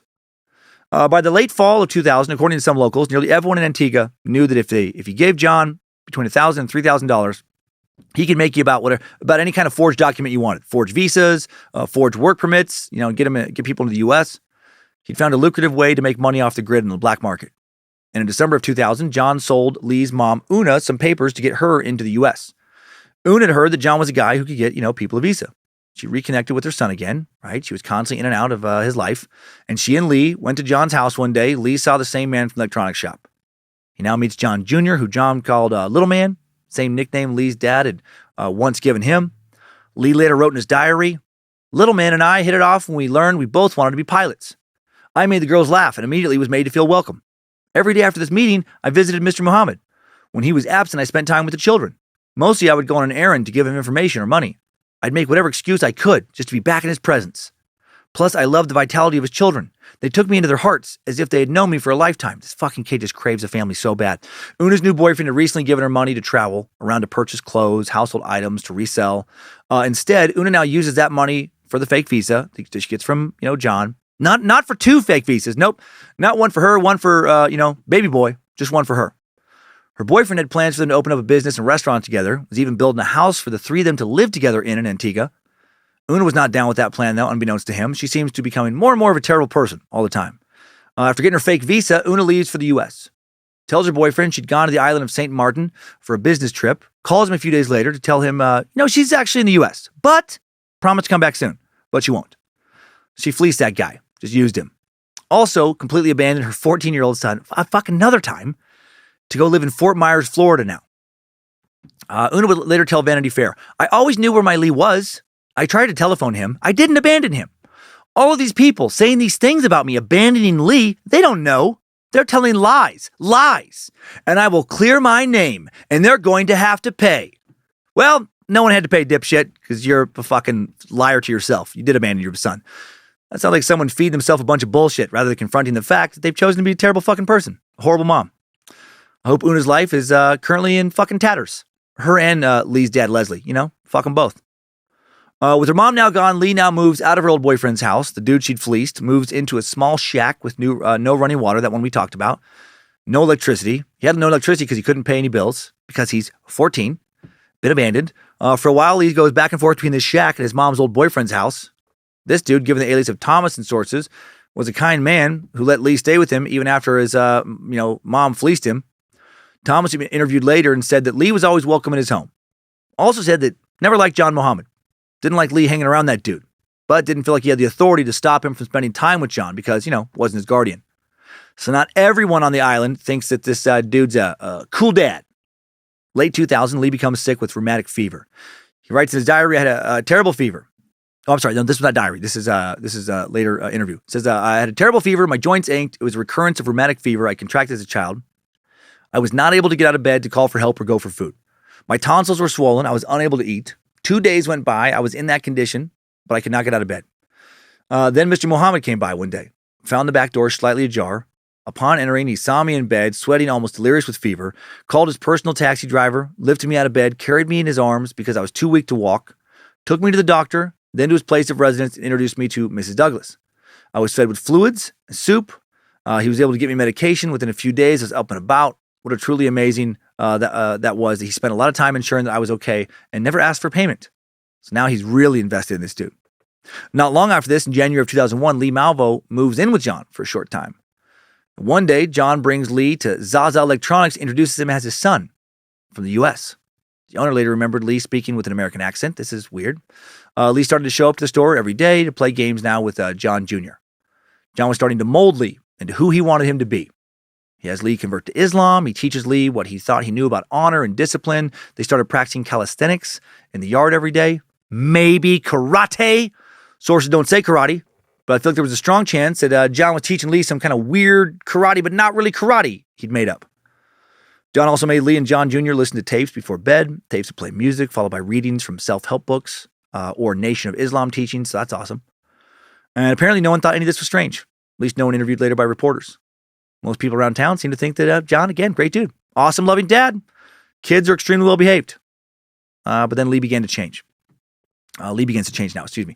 His new best friend at his new school, John Schusenker, noticed he began to argue with his classmates about Islam at a Seventh-day Adventist school, which, makes sense. He suddenly became really interested in guns, too, and stopped coming to school. Right? He had more to learn with Papa John than school could ever teach him. Mad at myself for not thinking to call him Papa John earlier. Pretty sure I'm going to call him Papa John most of the rest of this episode. Papa John taught Lee what he believed it meant to be a man. As the oldest sibling now, he basically been informally adopted. Lee's suddenly in charge when Papa John's not present. Papa John's other kids don't seem to mind. Papa John's daughter, Taliba, says that Lee was fun and supportive. He fit naturally into a big brother role. Papa John implemented a strict structure. I am picturing the guy from Papa John's Pizza now in this story, which is funny to me. Papa John implemented a strict structure. Better ingredients, better pizza. No. Routine in the house. He never used corporal punishment. Instead, he made the kids do push-ups for bad behavior. For example, if the kids couldn't work out a disagreement themselves, they'd have to do push-ups for a full 30 minutes. That's a lot of fucking push-ups. Also rewarded for good behavior. If they studied Nation of Islam teachings, they'd get cash, that they could share. So that's not good. They're allowed to, not good that they're getting rewarded that way for Nation of Islam teachings. They're allowed to keep 60% of their money, had to save the other 40%. John also good about giving his children one-on-one attention, something that Lee craved. You know what? For a guy who's kidnapped his kids and threatened to kill their mother on numerous occasions and broken into their house to watch their mom sleep, and for a guy who's now making a living selling forged government documents, who also strongly pressures his children to study racist and crazy-ass teachings of Louis Farrakhan. For all of that, Papa John does seem to be a pretty great dad, right? Better ingredients, better kids. The spring of 2001, immigration and law enforcement start to catch on to Papa John's illegal forging operations. Papa John even has to leave home for a few days to hide on the island while police search for him. March 11, 2001, Papa John is arrested at Antigua Airport, but then escapes custody 2 days later. No details given regarding how he slipped away. He arranges for his kids to move to a safe house under the care of his girlfriend. Lee is told to make sure they stay away from the police and continue running the forgery business. Like a good dad. Keep forging. Come on. That's what dad needs. Lee stops attending school March of 2001, 2 weeks after, he's got to forge. After 2 weeks after Papa John escapes custody, Lee awakes to find John in the house with him. And Papa John tells him it is time for phase 2, but doesn't elaborate on what that means. Who knows? Maybe that was just his weird way of saying he really had to take a shit or something. I'd love to say in chat, but, time for phase 2. I knew I should have had that 5th slice of Papa John's pizza. It's time for phase 2. For the next 2 months, John continued to elude authorities. He must not have been that much of a law enforcement priority, and he kept running this forgery business. Papa John's girlfriend does the household chores while Lee helps John run the business in Antigua. Also continues with his big brother / backup dad role. Tutors John's kids for up to 4 hours a day, takes him to the park, tries to avoid the police, begins to feel overwhelmed by the pressure of suddenly having to be the man of the family, a family he hasn't even known that long, that he's not actually a part of. He's worried about paying rent, struggling to find new customers for Papa John's business. When he does find some, he uses that money to buy food for the family. He's doing all this while Papa John's hiding. Feels he should have some say in how the money is spent now, but no one else agrees. This is also weird. What a weird position Papa John has put this kid in. By May of 2001, Lee is so overwhelmed that he snaps. John Jr. wants to play with him, and when he punches his arm, Lee, quote, picks him up and slams him. John Jr. begins to withdraw now. Lee uses the money he's making running Papa John's forgeries to make sure the other kids eat 3 times a day. He's only eaten once a day, usually leftover food. Taliba recalls later asking him if he was eating enough, and he would just tell her he wasn't hungry. Taliba was the one who was still close to him by this point. Selena, John Jr., staying away because he's irritated and harsh. Yeah, he's got a lot of shit on his plate. He's just barely 16 doing all this. Just as Lee felt that he was going to collapse under all this pressure, Papa John returns, comes bearing gifts for everyone, except for Lee. Then John's kids complain about Lee being too authoritarian while John's away. John and Lee go for a walk. Lee tells John he feels like he's failed him. And that's when John karate chops him in the throat. Phase 3, motherfucker. No. John told him he didn't fail him. He did a good job taking care of the kids, and he hugged him. Lee was overcome with emotion and cried. This poor fucker. Like, he has the family he always wanted, even though it's a weird family that just uses him. Has a father figure who uses him, but he sees as approving of him. He's going to do anything that John wants, to keep all this. May 24, 2001, John, his kids, and Lee, all with forged documents, fly to Miami. Okay, got to hand it to Papa John. Clearly pretty good at forging some documents, and nice that he took Lee. Even though in the long run it would have been better if he left him. But Lee reunites with his deadbeat mom. who wants him back, even though she has no fucking life plan at all for how to take care of him. Cycle continues. John and the kids fly to Bellingham, Washington. Without Papa John's kind of adopted son, he clearly doesn't care that much for. Just used him when it was convenient. Once in Bellingham, Papa John and the kids stay in hotels or with friends. John working odd jobs for money. Meanwhile, Mildred continued to try and track this dude down from Tacoma and get her kids back. Then on August 13th, 2001, Lee enrolls as a junior at Cypress Lake High School in Fort Myers, Florida. He's back at another school. He and his mom are cleaning rooms together at a resort for $25 each. Lee is allowed to keep half his earnings, and this is $25. Not sure if it's a room, it didn't specify. A room or a day? I hope a room, but I doubt it. And how generous of mom to let him keep half of the money. Lee wanted to go to college, eventually become a pilot. He wants to someday own a flying service back down in the Caribbean. He takes a college entrance pretest, does very well. School counselor wants him to take the SAT, but can't because doesn't have a social security number because he's not supposed to be in this country. So now Una reaches out to Papa John, says she wants, him to adopt Lee so he can become a U.S. citizen and be able to go to college. And then Una buys her son a bus ticket to Bellingham, but then changes her mind, of course, and hides it from him. She's fucking crazy. Late August 2001, John registers his kids for public school in Washington State now. Their names match the names on Mildred's writ of habeas corpus. Habeas corpus is when a person reports an unlawful detention or imprisonment to a court and requests that the court order the custodian of the person to bring the person or children to court to determine whether the detention is lawful. Usually used to have an imprisoned person brought to court, but often used in custody battles. And I do realize that children are people. Mildred had gotten one of these for her kids, months and months earlier. Local police now pick up the kids finally, give them back to Mildred for a, emotional, reunification, a reunion. And now he has a court date regarding custody that he has to attend. John does. Papa John's fucking furious. He chases Mildred down a hall of the courthouse, tells her, "You have become my enemy, and as my enemy, I will kill you." That says that, threat again. Maybe there was I don't know. Anyway, not sure how he was never brought up on kidnapping charges or any other charges. Shortly after losing his kids, this is the second time he's had kids and lost them, by the way. Papa John calls up new number one son, Lee Boyd Malvo. Says, "Lee, they took the children." Lee writes about how he felt later from prison. He says, "I was able to identify with that loss. I had never seen him indecisive. I had never heard that much pain. He spoke to something in me, that void that yearned to be filled. I wanted to have a father to love me like that. I wanted to know someone cared as deeply for me. When he said he needed me to help him get the children so that we could once again be a family, it opened up the floodgates for the kid who ran away to his father 5 years earlier, but who was rejected." Lee told his mom now that John is ready to adopt him. He's going to help him get into college. John backs this up, calls Una, says he'll do anything he can to help Lee. And Una is furious. Of course she is. I don't think she actually wanted her son to be successful on any level. I think she probably wanted him to be as miserable as she was. And I'm aware that I'm reading a lot into their relationship I actually know very little about, but based on the info I have, that's what I think. So now Lee decides to bide his time until he can run away.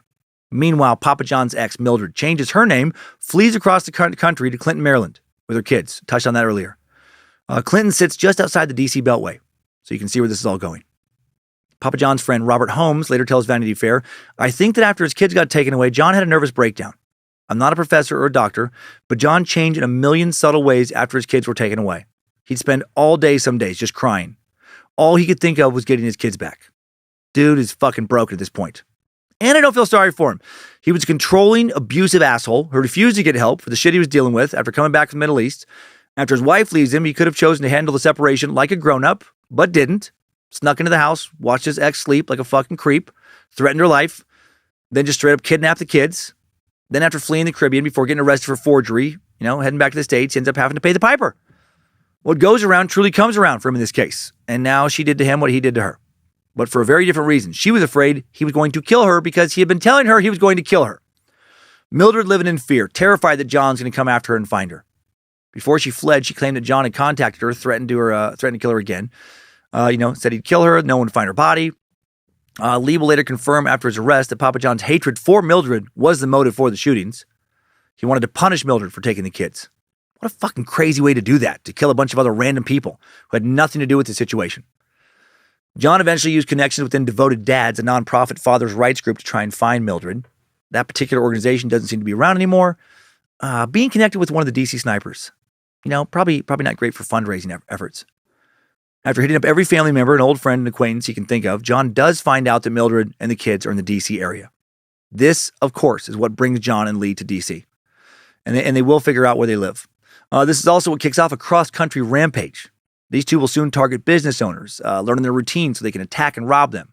According to Lee later, John would have him kill people, then evaluate him, then critique how he did afterwards so he could get better at the next murder. Strange, dark game these two are starting to play. Before they play it, though, they got to reconnect. They got to do some training. In October of 2001, Lee Malvo, having no idea what's in store for him across the country, gets himself a bus ticket, runs away to Washington. The day before he ran away, Una told him that it was her way or the highway. Man, Lee did not hit the parental jackpot. One parent abandoned him. The other should have abandoned him. At least abandoned him completely instead of just doing it over and over again. Fucking up numerous chance he had of stability. Lee packs up his belongings, sneaks out at 4:30 in the morning. October 20th, 2001, Lee shows up at Lighthouse Mission in Bellingham, Washington, where John had been living. It's a homeless shelter that is still there on Holly Street. Lee's family life sucks so fucking bad. He wants a dad so bad, he was willing to take a bus across the country to live with new dad in a homeless shelter. John introduces Lee there as his older son. Once again, Lee speaks in an American accent. At least tries to. Hopefully his accent skill is better than mine.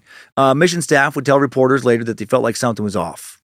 They knew John had a son from his first marriage, but they thought he was older than Lee. Yeah, because he was. That'd be Lindbergh. 40-year-old John, enraged about losing his kids, enraged about life. This is a guy who was killing it right out of high school, right? Great job, new clothes, new car. He was the man.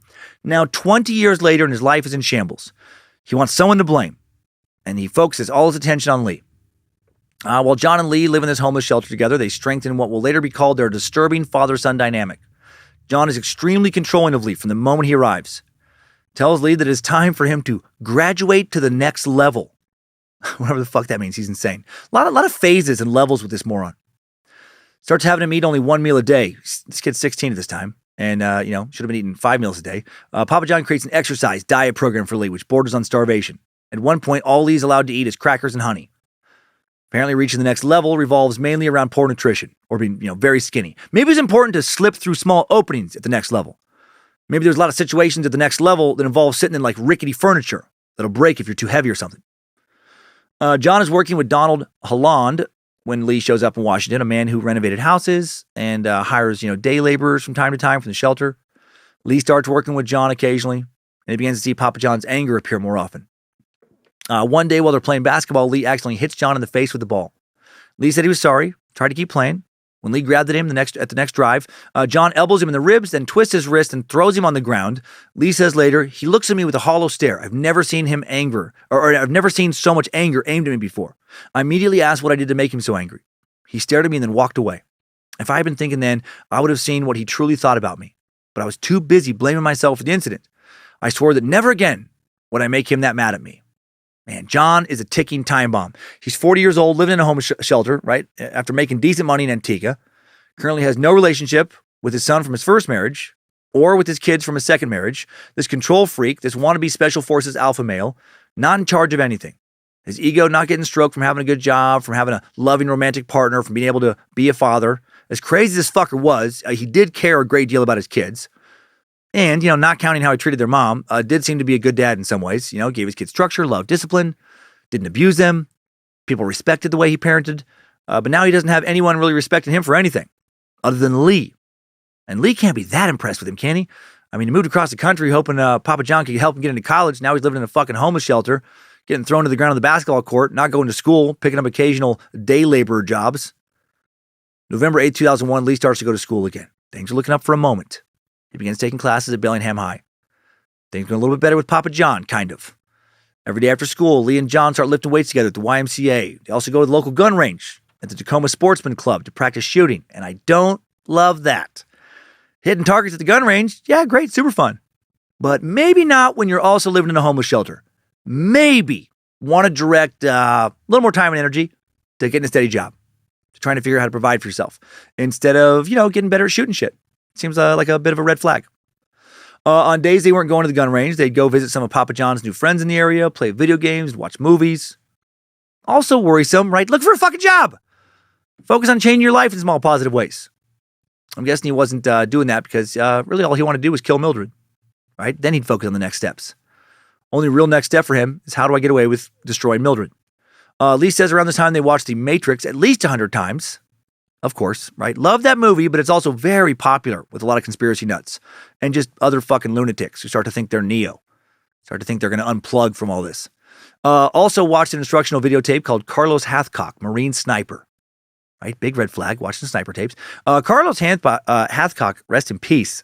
Fucking legend, by the way. Dude was the Marines' best sniper in Vietnam. 93 confirmed kills. Singled out by the Viet Cong, who put a huge bounty on his head. Put a bounty on the head of the man they called White Feather, because the white feather he would keep in a band on his bush hat. Dude alleged to have killed every counter sniper the Viet Cong sent after him. And supposedly killed another sniper once by shooting him in the fucking eye, shot him through the scope of that dude's own rifle, which means, of course, that guy was just about to shoot him. That's insane, but that's the legend. Lee always wanted to play war games when he hung out with Papa John's friends. One that stood out to him was Tom Clancy's Ghost Recon sniper game that debuted on November 13th, 2001, where a player picks tools, hide and plays, before assassinating targets. Lee later told a psychologist that he was good at the game because he learned how to keep his emotions down. Yeah, I'm guessing he had a lot of anger issues from the fucked up childhood he had, that he was probably not properly dealing with. People at the shelter later remembered noticing how incredibly controlling John was becoming with Lee more and more all the time. Lee wouldn't speak unless he had permission from John. They were always together.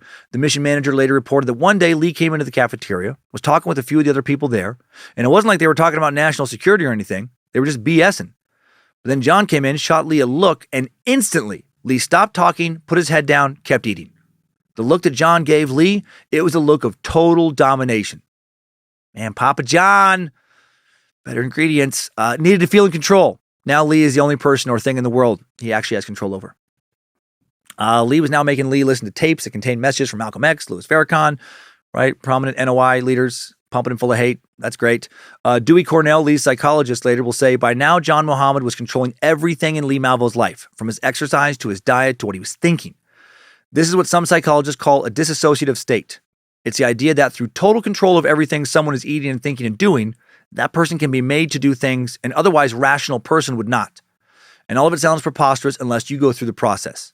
But how else can you explain Jim Jones? How else can you explain Heaven's Gate?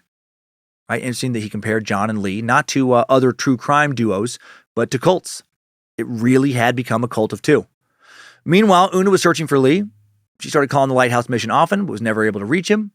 Sad that she actually would have been the better option for Lee at this point. December 14, 2001, Una does finally get through to John, confronts him about having kidnapped Lee. John tells her, I have a job to do, and I can't rely on some cokehead to do it. All right, following this call, to Una's credit, she gets on a bus, comes to Washington to help her son. I guess she's not the worst mom ever. Soon, Reverend Al Archer, head of the mission, will pick her up from a Bellingham bus station, and he'll drive her to a Bellingham PD police department to speak with law enforcement. And within a few, police station. And within a few hours, Lee is back with his mom for like the fucking 80th time. And what did the two of them do? Well, now they both stay at the Lighthouse mission. And Papa John gets kicked the fuck out. He'll have to find better ingredients, better pizza elsewhere. I don't even know if that's their slogan, I think. Now he's really hit rock bottom. Just had Lee taken away from him. Got to feel like the third time he's lost parental rights, even though he's not Lee's dad. And he's been booted from a homeless shelter. He's hitting rock bottom. Luckily or not luckily for the story, he has friends who let him stay with them, does some couch surfing. December 19, 2001, Lee Malvo and his mom, Una James, were arrested by immigration officials. Local police had alerted the INS after seeing their immigration papers and recognizing they were forgeries. Una now held in a detention center. Lee detained in a juvenile facility. A month later, January 23, 2002, Una and Lee are released to an INS safe house while authorities prepare for their deportation. If only Lee had been deported, he might be living a semi-normal life down in the Caribbean somewhere now. Maybe working as that pilot instead of sitting in an American prison. Mission head Al Archer tried to give them a ride when they were released, but they said they needed to be somewhere secret that John couldn't, find out about. Una later said Lee was paranoid, thought they were being followed. Was he actually relieved to no longer be with Papa John? Maybe not. 2 days after they made it to their safe house, Lee runs away. Then Una finds out he is with fucking Papa John. Catches him on a city bus. Phase 4. Right around in the city bus. And think about phase 5. She asked him why he was running from her, and he just ran away again. John was now taking Lee to the gun range every day. They also practiced shooting at a tree stump at a property on on the property of one of John's friends. John told Lee to imagine killing people while he shot. Also told him, in order to become what I need you to be, you have to die. Your morals, your fears. Lee Boyd Malvo has to die. And that doesn't really seem like anything to worry about, actually. Papa John, I mean, I feel like he's kind of entering a new period of stability again, because I tell my son Kyler shit like that, I mean, almost every day. I mean, I'll say stuff like, in order for you to become who I need you to become, son, you have to die. Your morals, your fears. Kyler Beasley Cummins has to go. I'll say this to him oftentimes at night while he's in bed. You know, like he'll be laying in his bed. I'll be standing in the hallway, and I'll just say shit like that through a cracked door opening. Just open enough for him to see half my face and just one of my eyes. And after I say it, I'll just silently stare at him, unblinking, not smiling, just real stone face. While very slowly, I just close the door. That's some good dad 101 shit right there. Obviously kidding. John gave Lee his first test to see if he'd become who he needed him to be at the end of January. John took Lee to a parking garage in Bellingham, told Lee that a woman's going to be coming out of the garage at 1 a.m. with a bag of cash from a restaurant. And he wants Lee to shoot her and steal the bag of money. Lee gets set up in the garage, just like Papa John wants him to be. The woman comes out to her car, drops off her bag, starts the car, while Lee watched her through the scope of his rifle. But then she realizes she forgot something and he has to go back inside. Lee is able to run down there, steal the bag, and not shoot her. Later, he'll say he was relieved, and then go meet John at a bus stop for a bus heading to Tacoma. I wonder if whoever that lady, is, if she knows that these psychos almost killed her that day. I hope not. I don't think I would want to know that. Early 2002, Lee drops out of high school. Right, he's hiding from his mom. He's hiding from immigration officials. Living with Papa John. Surfing couches. Sleeping in a truck John had somehow purchased. Maybe he used the money they stole from that lady in the parking garage to get it. The Sith Master made a daily schedule for his Sith apprentice that included exercise and training missions. During these missions, these two weirdos would hunt each other in local woods. Papa John also trained Lee on how to overcome interrogation, once chained him to a tree while it was snowing to mentally harden him. Must have learned about that during his special forces training he never had. Lee went along with all this according to his own testimony and testimony of experts later because he was desperate for John's love and respect, wanted to prove himself to Papa John. Poor man's Darth Vader, a.k.a. Anakin Skywalker, wants to please poor man's Emperor Palpatine, a.k.a. Darth Sidious. To continue with the Star Wars analogy, Lee is ready to fully commit to the dark side. He'll prove that with his first murder carried out at Papa John's request. Better ingredients, better murders. February 16th, 2002. On that cold winter's day, 21-year-old Kenya Cook is shot, not from a sniper's bullet, fired from far away, but at point-blank range, actually, by Lee Malvo at her aunt's home in Tacoma. Lee shot Kenya as she opened the door. Bullet went through her right nostril, into her skull. Kenya's 6-month-old baby was upstairs. Shot her with a .45 caliber pistol owned by Earl Dancy Jr., a friend of Muhammad's who was later sued for loaning Papa John that gun. Kenya was not the intended victim. John Muhammad originally targeted Issa Nichols, Kenya's aunt. Issa had been the accountant for the auto shop Papa John and his ex-wife Mildred had owned, and she was close friends with Mildred, and she had turned against John during the custody battle. Lee later told a psychologist that this shooting was a test. It happened just 2 days before his 17th birthday. Holy shit. Lee was told to knock on the door, shoot Issa in the forehead. Issa and her niece had just returned from the store. Kenya was the one who went to the door. If Issa had, she would have died instead. I hope she doesn't have a bunch of survivor's guilt. Kenya was living with her aunt because she wanted to save up money, to go to culinary school. It was her dream to open up her own restaurant one day. How the fuck could Lee do this, right? He had never exhibited violent tendencies before. How could he want John's approval that badly? Lee later explained to a psychologist that he was able to do what he did by zoning out, pushing aside all his emotions as he had learned training with John, right? John had specifically been training him to do this for months. Wasn't able to do it without guilt, though. After he killed Kenya, he contemplated suicide, he said. He even wrote a note to John's niece, Latoria Williams, who he'd met through John, obviously. Called himself a walking time bomb. Wrote, was my purpose here on the godforsaken planet to be banned, shamed, and disapproved? Why am I here? I've had a hard life, believe it or not. No father and a mother who hate. No, that's understatement. She has disbarred me from her. As I have a father who I know is going to have to kill me for a righteous society to prevail. Woo. Wow. How much mumbo jumbo had Papa John been pushed into this dude's fucking head? Shit sounds like something a cult member would say or write. Borderline gibberish. At the end of May 2002, John finds out where Mildred and the children are living. Uh-oh. Heading into the summer of 2002, John and Lee head out on a cross-country murder spree. It'll take them to Los Angeles, Tucson, Clearwater, Florida, Denton, Texas, Hammond, Louisiana, and more places before they arrive in D.C. at the beginning of September.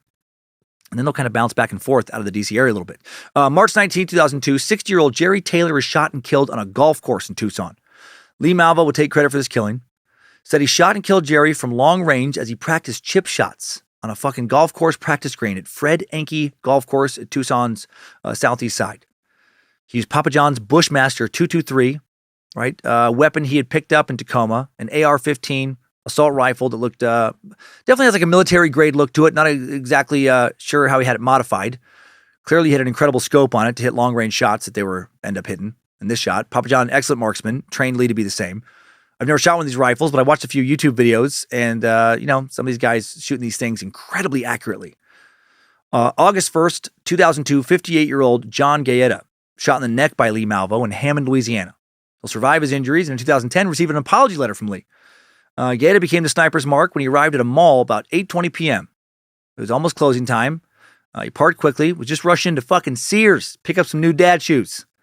While inside, Malvo, or Papa John, slashed one of Gaeta's tires. Shortly after 9 p.m., Gaeta returns to his truck, starts it up, realizes he has a flat, pulls under a street light in the mall parking lot to change it. Two men in dark clothes soon approach him, ask him whether or not the mall is still open. Gaeta responds that some stores are. The men walk off, return about 5 minutes later. Do you need any help? One of them asks. No, I'm okay. Gaeta replies. Looks like you have a flat tire. Other man replies, chuckling under his breath. Men walk off again. Gaeta doesn't see them for several minutes until he goes to the bed of his Chevy Silverado to retrieve his spare tire.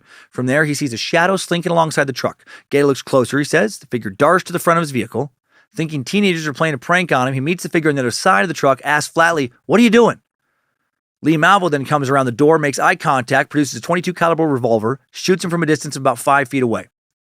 Gaeta said he kind of had a smirk on his face like, "I'm going to kill you." I remember thinking, this is the end of my life tonight. The bullet pierces Gaeta's neck, exits his back, just below the shoulder. His first thought is of his wife, his family, and friends. His second is, but it was his second thought, that saved his life. He said, "I knew that unless I fell to the ground, he would be shooting me again." And he explained how he played possum while Malvo snatched the wallet from his pants pocket. After Malvo and Muhammad fled, Gaeta then runs to a service station. He's a tough son of a bitch. Wasn't in much pain and actually thought it was a prank for a little bit. Tells witnesses at the service station he might have been shot with a paintball gun, but then one of them's like, "But sir, you're bleeding." Dude goes to the hospital. Doctors tell him he dodged damage to his spine and arteries, and he was released within an hour.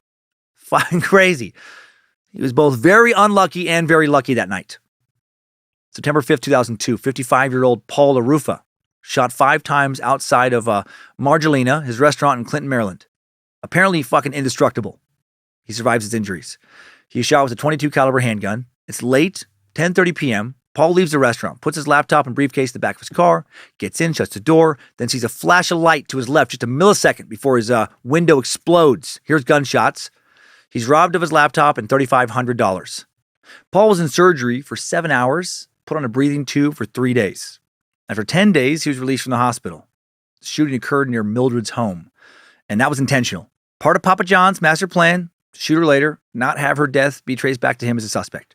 Just have her be one of many people in the area killed by a deranged lunatic. Have her death just be just another random killing. That's why all of this was done. Mildred still living in constant fear of John. She always checked the doors, even the roof of her house, to make sure that John hadn't tried to break in or wasn't fucking hiding somewhere. She was so scared she wouldn't befriend anyone in the area, didn't want to increase the odds that someone could be contacted by John, that he'd use them to find her. What a terrible way to live. Lee later said that while they were stalking Mildred, they were also scouting businesses for robberies.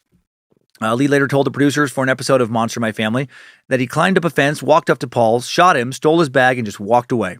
Afterwards, John told him, "You're ready. I've created a fucking monster. You're ready." God, how creepy. This guy reminds me of Charles Manson. Brainwashing some unfortunate soul into doing his sick bidding. Charles Manson had the family. This guy just has the son. On September 10th, 2002, John purchases a 1990 Chevy Caprice from Sure Shot Auto Sales in Trenton, New Jersey. That is such a used car lot name. Sure Shot Auto Sales. I have no idea if that's their jingle. Like, get your sure shot. You just need a sure shot and you're back on track. Auto Sales. They used the money from the LaRufa shooting to make the purchase. John and Lee modified the car to serve as a mobile base for future shootings. They drilled a hole in the trunk so they could shoot from inside. Also, how fucking ridiculous is it? They bought a car to be used as a roving fucking rolling sniper kind of base from Sure Shot. Yikes. One man would shoot while the other drove was the plan. September 14th, 2002, 22-year-old Rupinder Oberoi becomes the first victim of a shot from the Sure Shot Auto Sales Caprice. He was wounded after being shot outside of Hillendale Beer and Wine in Silver Spring, Maryland, where he worked. Shooting occurred around 10:10 p.m. He was helping the owner close shop for the night. All of a sudden, I heard a loud bang like a firecracker on the 4th of July, said Rupinder, an immigrant to the U.S. from India. He said, I didn't feel anything at first, but after 5 or 6 seconds, suddenly I was not able to breathe and I fell down. An off-duty Washington cop came to Oberoi's aid when he was shot, called an ambulance. In the ambulance, an emergency medical technician worked on him. I heard them say, he's not going to make it. It's really bad. I was frightened. I thought that this was it. This is where I'm going to die, Oberoi said. He suffered damage to his kidneys and liver, lost a portion of his stomach from a single bullet. They shot him with that Bushmaster, but, he lived. On September 15th, 2002, 32-year-old Mohammed Rashid is shot and wounded while closing Three Roads Liquor in Brandywine, Maryland. He'll later identify Lee Malvo as the shooter in court. So it was another close-range shot this time. Just after midnight, September 21st, 2002, 41-year-old Millen Wolder-Merriam dies after being shot 3 times outside a liquor store in Atlanta.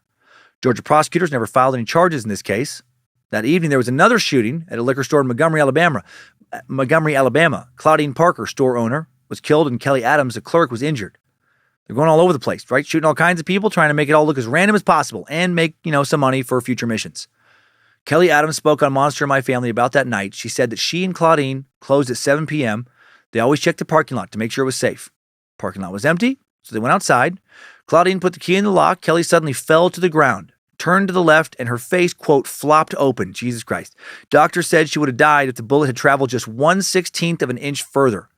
Kelly saw someone run off after she was shot. He dropped a catalog on the ground. It was actually a brochure. Lee Malvo had dropped it after imprinting it with his fingerprints, a mistake that would soon lead to his and John's arrest. Thank God.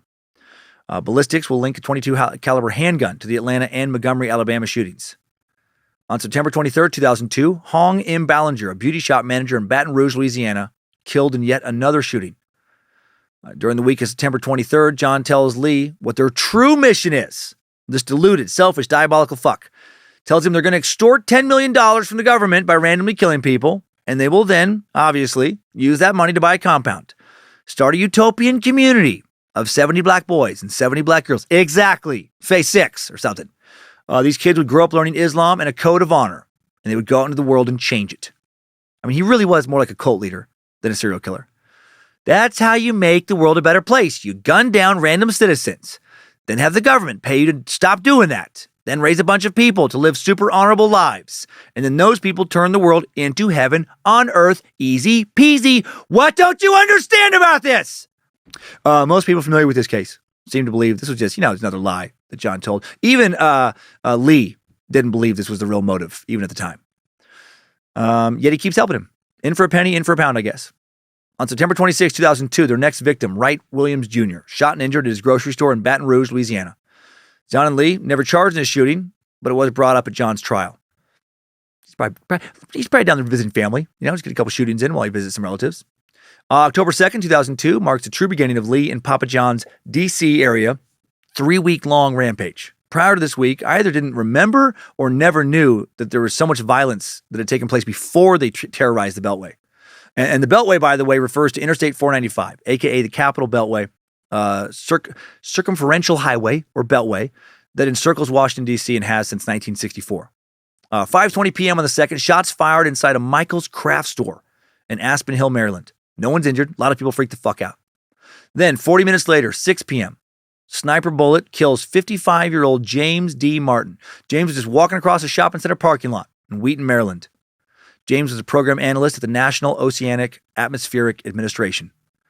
Mildred hears the news. Now she's terrified of John and the sniper, not knowing the two are connected. And then that fear amped up when her coworker, who was picking her up for work, informs her that a dark car had been sitting outside the cul-de-sac in her neighborhood. When this coworker drove past, they saw 2 black men sitting in the car. Driver looked at them. Passenger hit his face with a newspaper. Mildred called the police, described the car as either a Caprice, ding, ding, ding, Sure Shot Auto Sales, or an Impala. The police sent an officer. The car was gone by the time they arrived. October 3rd, 2002, 5 more people are dead, 4 of them within a few miles of each other, and a 5th victim in Washington, D.C. Authorities linked the attacks to the sniper from the 2nd and multiple agencies. They dedicated their agencies to finding the killer. The entire area now covered by a cloud of terror. 7:41 a.m., 39-year-old James L. Buchanan shot and killed while cutting grass at the Fitzgerald Auto Mall in White Flint, Maryland. 8:12 a.m., 54-year-old Prem Kumar Walakar killed while pumping gas for his cab at a mobile station in Aspen Hill, Maryland. 8:37 a.m., 34-year-old Sarah Ramos fatally shot in the head while just fucking reading a book on a bench in Silver Spring, Maryland. 9:58 a.m., 25-year-old Lori Ann Lewis Rivera killed while vacuuming her car at a Shell station in Kensington, Maryland. 9:20 p.m., 72-year-old Pascal Charlotte, retired carpenter, killed while walking along Georgia Avenue Northwest in Washington, D.C. 5 murders in one day, 4 of them during less than a 2-hour stretch in the morning. October 4th, 2002, 43-year-old Carolyn Sewell, shot, wounded, might be Caroline, I think. Caroline Sewell, shot and wounded while loading items into her van at Michael's store near Spotsylvania Mall. Witness Alex Jones, but not that Alex Jones, not the conspiracy freak, saw Caroline fall to the ground. He fled to his car. As he was driving through the parking lot, he ended up getting behind an old Chevy with New Jersey license plates, a Caprice, windows were covered.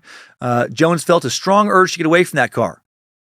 I wish conspiracy theorist Alex Jones would have been the witness there, right? Just maybe we could find some YouTube video. I was there. I saw exactly who pulled the trigger. It was Hillary Clinton. She was sitting on George Soros' shoulders. George W. holding him steady. I could smell the sulfur. New World Order demons. Illuminati snipers. The shootings aren't random. They're hits put out by Bill Gates to keep people quiet about the adrenochrome harvesting. Enough is enough. I see you, Tom Hanks. Judgment Day is coming. Just fucking his crazy ass. The police now called in a geographic profiler to establish a pattern to the shootings. October 7, 2002, 13-year-old Iran Brown shot, critically wounded in front of Benjamin Tasker Middle School in Bowie, Maryland. Man, Iran testified in 2003, when I got to the school, I opened the door to the car, I got out, I put my book bag down, I got shot. Dr. Martin Eichelberger, who performed surgery on Brown, said that his liver was shattered. Brown had injuries to his lungs, spleen, pancreas, and diaphragm. Brown's aunt rushed him to a clinic after the shooting. She was a nurse, staff at the clinic and the hospital, barely able to save him. Didn't think they were going to be able to at first. President Bush now publicly condemns these cowardly and senseless acts of violence. Papa John sees President Bush's speech, turns himself and Lee Malvo in. It really woke him up. You know, up until hearing that speech, he thought the killings were courageous and logical. But then when Bush denounced them as cowardly and senseless, it spoke to him, caused him to pause. He was like, oh shit. Oh God, Lee, what have we done? This is cowardly. This is senseless. I see it now. This is fucking crazy. Come on, fake son. Let's head down to the precinct. See what we can do to right some wrongs. At least receive some justice. You know, better ingredients, better arrests. Of course, it didn't happen. I know that it's good to publicly denounce acts like this. I do the same thing. It also is kind of silly, though, sometimes when you think about it. Like, you know, socially expected virtue signaling that probably does little to nothing to stop these kinds of acts from ever happening. October 8th, 2002, death tarot card found near the school with the message, "Call me God," written on it. Stored as possible evidence. It was left by the shooters. Also on the 8th, Baltimore police pulled over a vehicle driving erratically. The driver and passenger, John Mohammed, Papa John, and Lee Malvo. Background check, though, doesn't reveal any outstanding warrants, so the officer lets him go. Holy shit, they must have been sweating at that traffic stop. October 9, 2002, 53-year-old Dean Myers fatally shot while pumping gas in a Sunoco station near Manassas, Virginia. Then just 2 days later, October 11, 2002, 53-year-old Kenneth Bridges fatally shot while pumping gas. Man, pumping gas got real dangerous. Exxon Station, Fredericksburg, Virginia. Kenneth was shot across the street from a Virginia state trooper investigating an accident. And that'll help out as far as like a possible witness. Authorities shut down the entrance ramps to I-95, Route 1 in an effort to stop the killer, but they can find no one. Witness Christine Ann Goodwin sees an old Chevy Caprice with peeling paint and a New Jersey license plate parked at an Exxon in Fredericksburg about 2 hours before Kenneth Bridges is killed, right? The same gas station. When she sees the car, a lot of flags went off, she said later. Everything about it was wrong. Something inside me just felt that car was threatening. My first instinct was to call the police, but I didn't. Later that day, she did call the police once she heard about the shooting, though. October 12, 2002, the police released drawings of a white box truck with unknown lettering on the side, reported by eyewitnesses at the shootings. Authorities announced they're going to release a drawing of a white Chevy Astro van seen at the October 11th shooting. Obviously, looking at the wrong type of vehicle. October 14, 2002, 47-year-old FBI intelligence analyst Linda Franklin killed by a single sniper's bullet. loading supplies into her car outside a Home Depot in Falls Church, Virginia with her husband. Another random murder inside the Beltway. Man, her and her husband just loading things there. Can you fucking imagine? Sniper's bullet comes out of nowhere in a Home Depot parking lot, kills your spouse right in front of you. Jesus Christ. Lynn did work for the FBI for 3.5 years as an intelligence operations specialist with the cyber division in Quantico. She was out buying supplies for their new townhouse in Arlington, right? Just stopped at Home Depot after work. A customer at Home Depot told the police they saw a Middle Eastern man shoot her. Said he was driving a white van with a busted taillight. Good job, fucking witness. Way to infuse some 9/11 xenophobia, some paranoia into your allegation. Right? Seeing what you want to see. Excellent work. I wonder if that witness was Dana Crappa, world's worst eyewitness from the dating game Killer Suck. Police stopped all white vans in the area, but couldn't find the shooter, because they weren't driving a white van.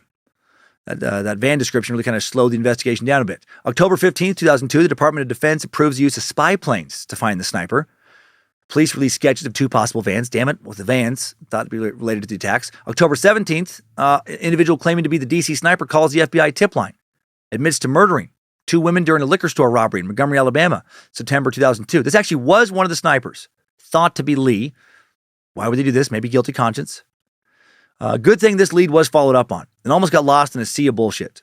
Right? As I said earlier in the episode, after detectives opened up a tip line, less than 3 weeks, over 100,000 calls came in from people who were sure they knew who the sniper was.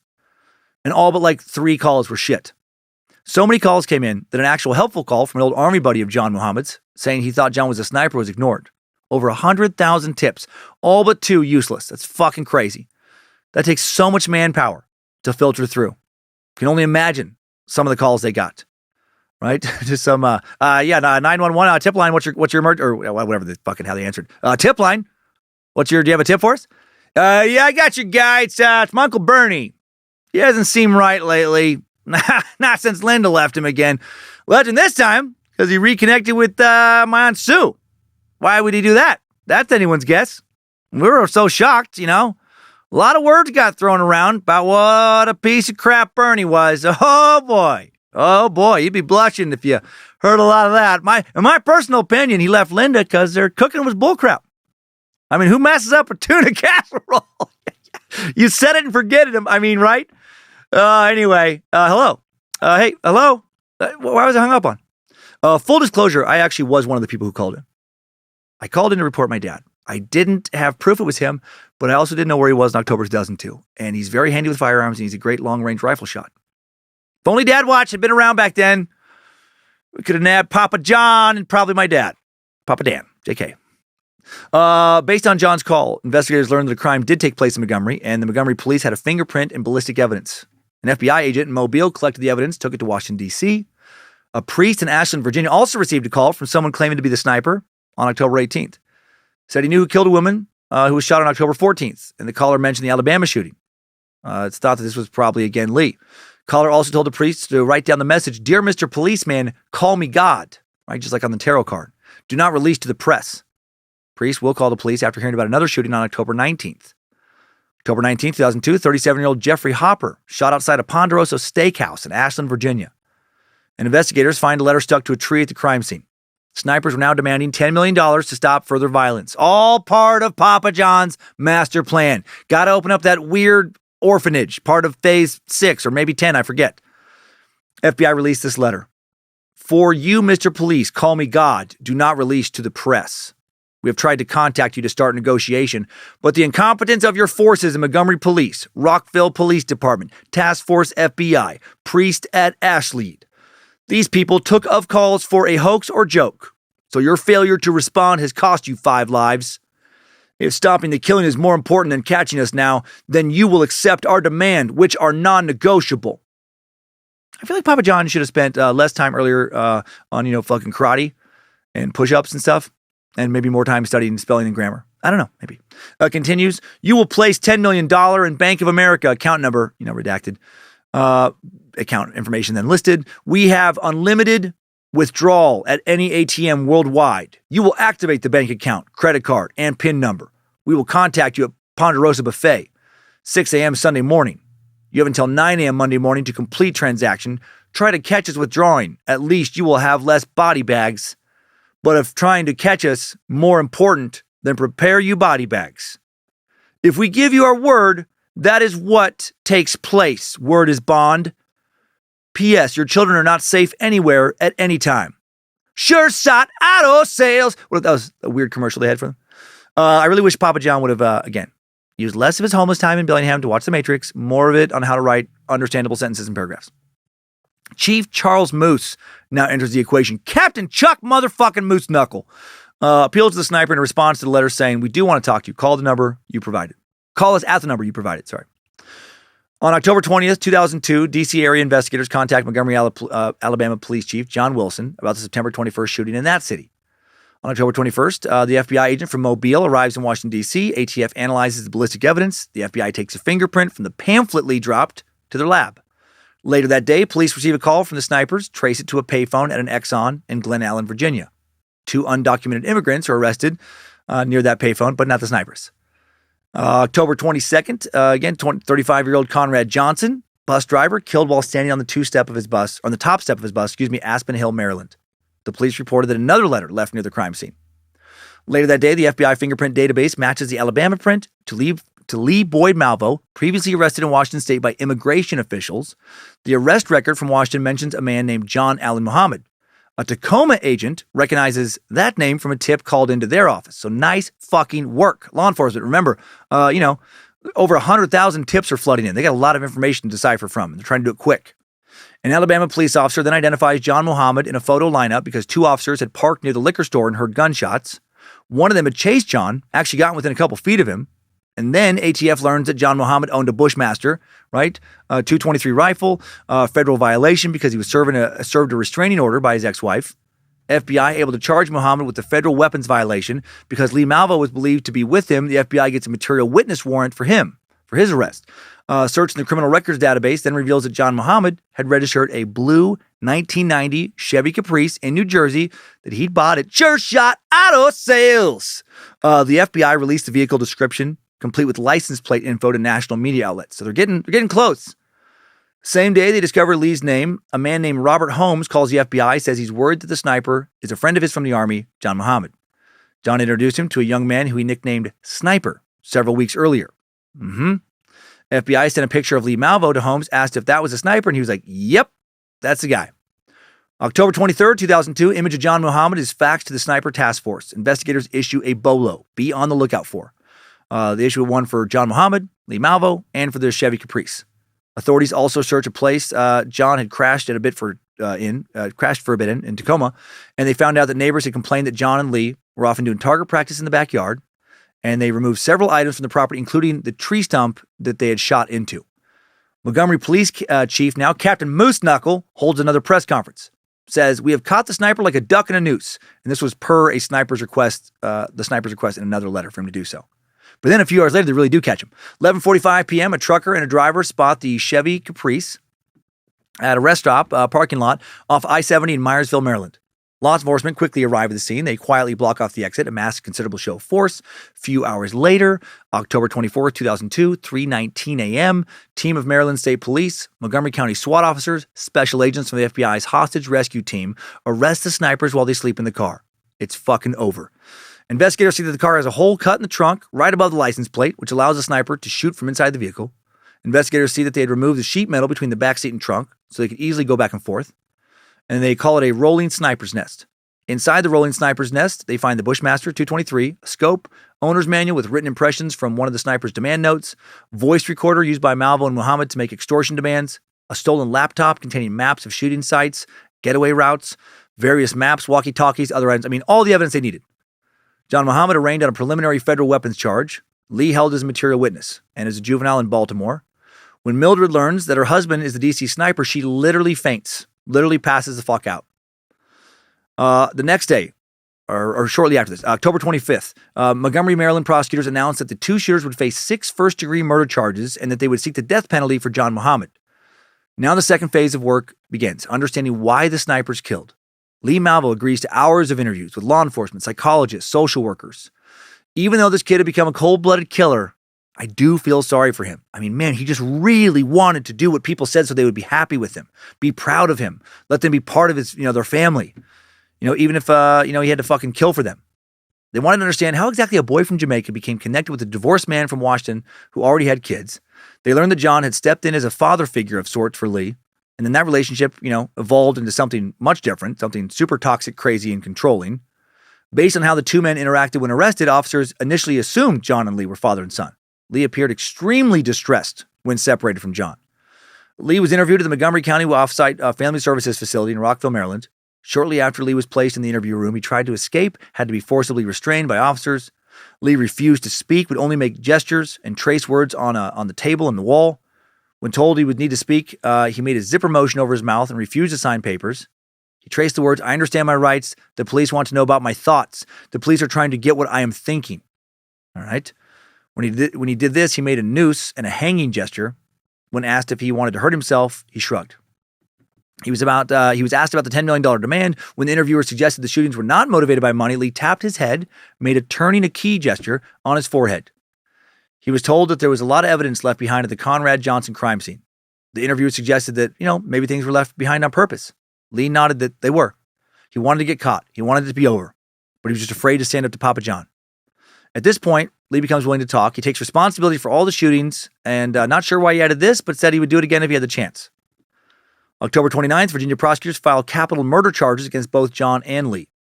October 31st, ballistics linked the Bushmaster 223 to Hong M. Ballinger shooting. John and Lee charged with capital murder, but never tried for this particular killing. January 15, 2003, Fairfax County Juvenile Court Judge Charles Mayfield rules that Lee Malvo will be tried as an adult for the murder of Linda Franklin. Carmetta Alvarez, social worker of sorts we met earlier, later the author of The Making of Lee Boyd Malvo, gets involved in the case in February of 2003. John Strayer, one of Lee's attorneys, had requested her. He asked if she would assist. She had been recommended by a death penalty attorney in Virginia. They thought that since she was also born in Jamaica, she could bring some cultural sensitivity to the team. She'd be appointed as an investigator because Virginia did not recognize the function of a mitigation specialist at that time. Carmetta specialized in forensic social work. She assisted defense attorneys in conducting social history investigations and assessments of criminal defendants. Her job was to understand how the defendant's life was shaped by their criminal actions, or how their life shaped their criminal actions. Carmetta was told that she needed to investigate Lee's life in Jamaica and Antigua, and they told her this was going to prove challenging because he refused to talk to most people. But she was able to work hard, establish a sense of trust, through shared culture and ethnicity, and was able to get him to talk to her. September 17, 2003, Judge Jane Merrim Rausch rules the death penalty will be possible for Lee if convicted. November 10th, arraignment and jury selection began for Lee's trial for the murder of Linda Franklin. November 17th, John Muhammad found guilty of conspiracy to commit murder. Right? They're moving this along quick. Illegal use of a firearm, murder with intent to terrorize the government or public, and a count of capital murder for the death of Dean Myers. John's attorneys argued that Lee was the only shooter, but the jury didn't agree.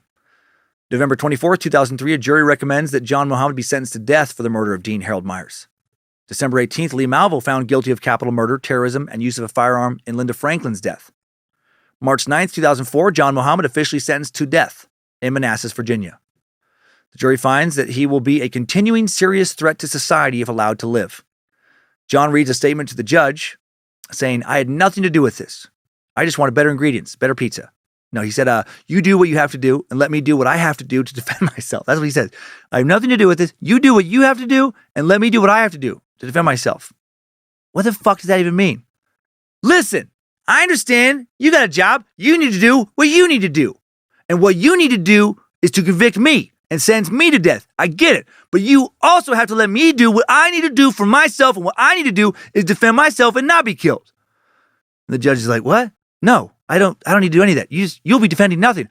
Judge, hear me on this. You sentence me to death. That's what you do. But let me do what I do. And what I do, I'm going to use my karate to defend myself. Phase 5. If the executioner comes at me, he's getting fucking chopped. Phase 6. He's getting crane kicked, kick flipped. Phase 7, 8. Judge's like, "No, you're going to be shackled. And I don't even think you're using karate terms. I'm pretty sure that last term was for a skateboard trick." John's attorneys filed a 6-page document pleading for his life, saying Muhammad was born an innocent infant, then became a child and a man who was buffeted by crushing poverty, neglect, and abuse, by war, and ultimately by the loss of his children and his marriage. His attorneys argued that his veteran status, lack of prior criminal record, should be considered as mitigating factors. They won't be. March 10, 2004, Lee Malvo sentenced to life in prison without parole for the murder of Linda Franklin. October 26, 2004, Lee Malvo takes a plea bargain for the murders of Kenneth Bridges and Caroline Sewell, sentenced to life in prison without parole again. Washington State chooses not to prosecute Lee for the murder of Kenya Cook because of the lack of aggravating factors that would increase his sentencing beyond the sentencing he's already received. March 1st, 2005, U.S. Supreme Court abolishes death penalty for minors. May 23rd, 2006, as part of his Montgomery County plea deal, Lee Malvo testifies against John Muhammad during another one of his trials. John Muhammad convicted of 6 counts of murder in Maryland. Lee testifies against him, claiming that John killed the first 6 victims. We'll never know for sure who pulled the trigger in some of these murders because the blame game, each guy played. They kept accusing each other. There were no other witnesses to give one accusation more weight than the other in many cases, and both their fingerprints were all over the murder weapons. October 10th, 2006, Lee Malvo confesses to 6 shootings in Montgomery County, Maryland, pleads guilty. Tucson, Arizona gives Lee immunity from prosecution after he confesses to the murder of Jerry Taylor in March 2002, since he'd already been found guilty of so many other fucking murders. November 8th, 2006, Lee is sentenced to life in prison without the possibility of parole in Montgomery County. November 10th, 2009, 49-year-old John Muhammad is executed in Girard, Virginia. They didn't waste a lot of time with him. A lot of murderers sit on death row for over a decade, but this guy, they're like, let's fucking get him dead as fast as we can. I don't blame him. Governor Tim Kaine denied a last-minute request for clemency. Supreme Court declined to intervene. John spent his final day with his Maryland attorney, J. Wendell Gordon. Gordon said he had a strong attitude. John maintained his innocence, did not show remorse, did extend his condolences to the victims' families. I'm sure they really appreciated that. I'm sure that meant a lot. For his final meal, he had a Papa John's Epic Pepperoni stuffed crust with extra cheese for the unbelievable price of just $10. Better ingredients, better pizza, Papa John's. No, he had a chicken with red sauce and cake. He spent the afternoon with some family as well. He'd written previously to his first wife, Carol, asked her to attend, saying, Carol, I miss my family. For the past 8 years, I don't want to be missed the day that these devils murdered my innocent black ass. Fucking innocent. She didn't make it. She was busy. She had something really important to do, like get her teeth cleaned or maybe take a nap. Papa John's first child, Lindbergh Williams, who was pro-death penalty before his dad's conviction and sentencing to death, told CNN that he didn't change his mind about the death penalty. Not even when his father was executed. He'll say this later. He says, if you commit a crime, you can pay the time. He did say that he thought John regretted what he did at the end. Papa John's second wife, Mildred, also wasn't able to attend. She probably was, she was busy. There was like a new episode of 2.5 Men or something. She told CNN that she hadn't seen John since the 2001 custody hearing, saying, I had emotionally detached from John when I asked him for a divorce. And my emotions were severed when he said that you have become my enemy, and as my enemy, I will kill you. I mean, that's fair. She said that she believed that she was the true target of the sniper attacks and blamed John's service in the Gulf War for changing him, saying he went from someone who was always happy, knew what direction he was going in, was focused, to a person that was totally confused, depressed all the time, didn't know how to do or get to where he wanted to be. Damn. I'm sure what he experienced there, did not help at all, but to blame it, I don't know. I just know we have a lot of veterans who listen to the show, and based on how many emails we get, many of them have experienced combat and experienced serious PTSD. As far as I know, none of them have recruited a lonely and lost teenager and trained them to be an assassin and then gone on a cross-country fucking sniper spree. If serving alone could do that to you, it seems like there would be way more murders. Guessing Papa John already had a lot wrong with him before he served overseas, and that a lot of terrible choices he made after he returned home led him to doing what he ended up doing. Not saying what he went through wasn't incredibly traumatic or tragic and didn't play a part, that it didn't really torment and change you, but probably can't be used as a scapegoat, the way she kind of phrased it there. John was silent from the time he entered the death chamber until his death. He had no response when asked if he wished to make a last statement. John entered the death chamber at 8:58 p.m., and at 8:59, he fucking karate chopped his Papa John ass right out of that room. He went full Wesley Snipes / Steven Seagal, blasted a few motherfuckers with Fist of Fury, maybe some Hadoukens.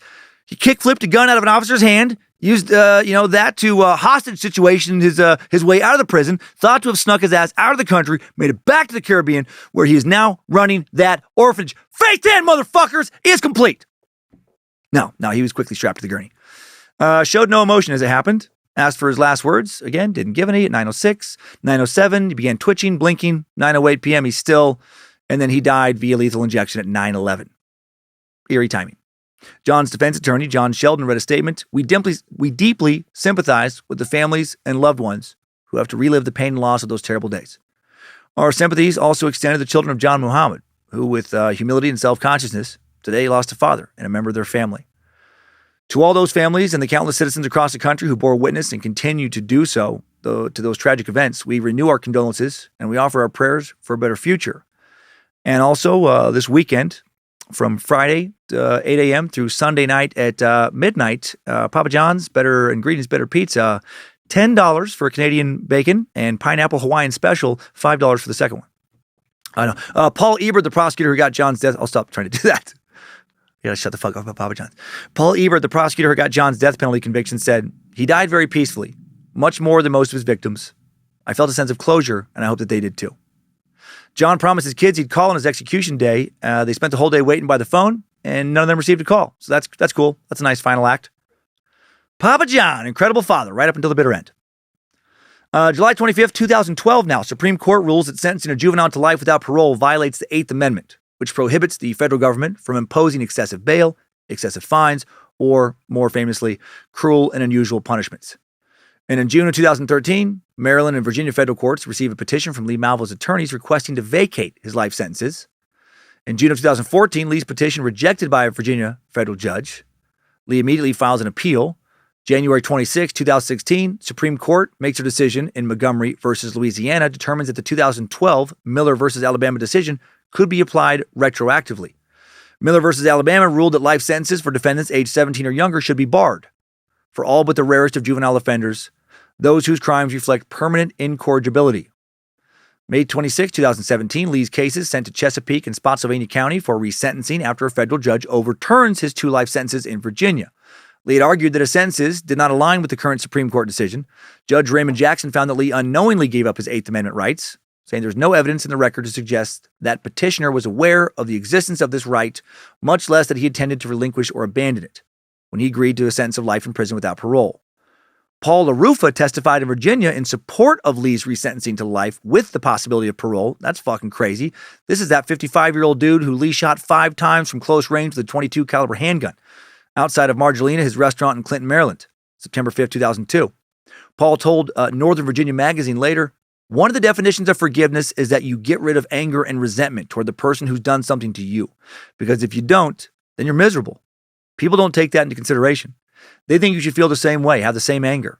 I think there's good reasons why youth should be considered. They're doomed to life in prison. There is no hope, and I guess I'm in favor of a system that would be a little more fair."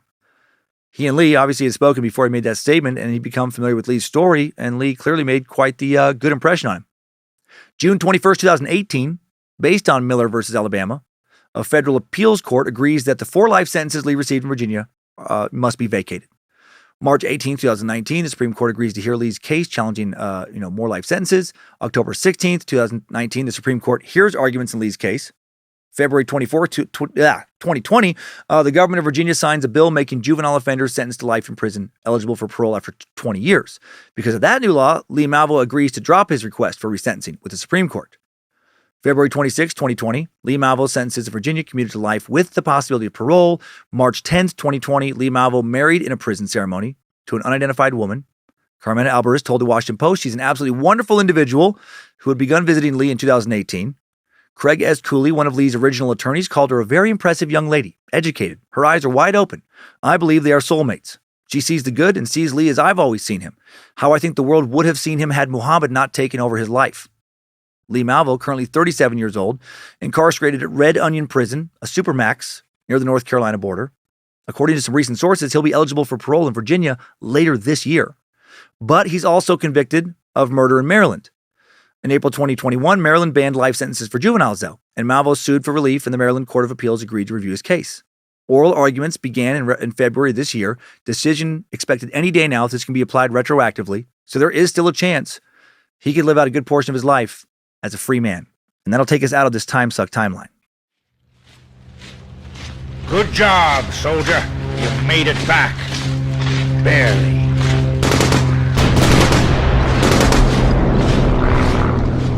What a fucking twisted tale. Before I share some final thoughts, time for another just kind of real quick sponsor break. Today's Timesuck is brought to you by the LS Don't Whistling Rehabilitation Institute. Have you recently forgotten how to whistle? Too much drugs? Not listening to the right sing-alongs? Maybe life has just gotten in the way. Perhaps you're stuck in an impressive employment environment that doesn't allow you to whistle while you work. Well, be confused and sad no longer. Get ready to wet that whistle once more. Soon you'll be back to putting a little Andy Griffith back in your day.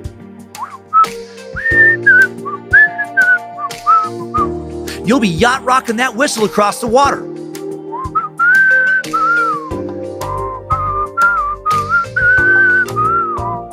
And you'll be back in the whistling saddle getting good, bad, and ugly again.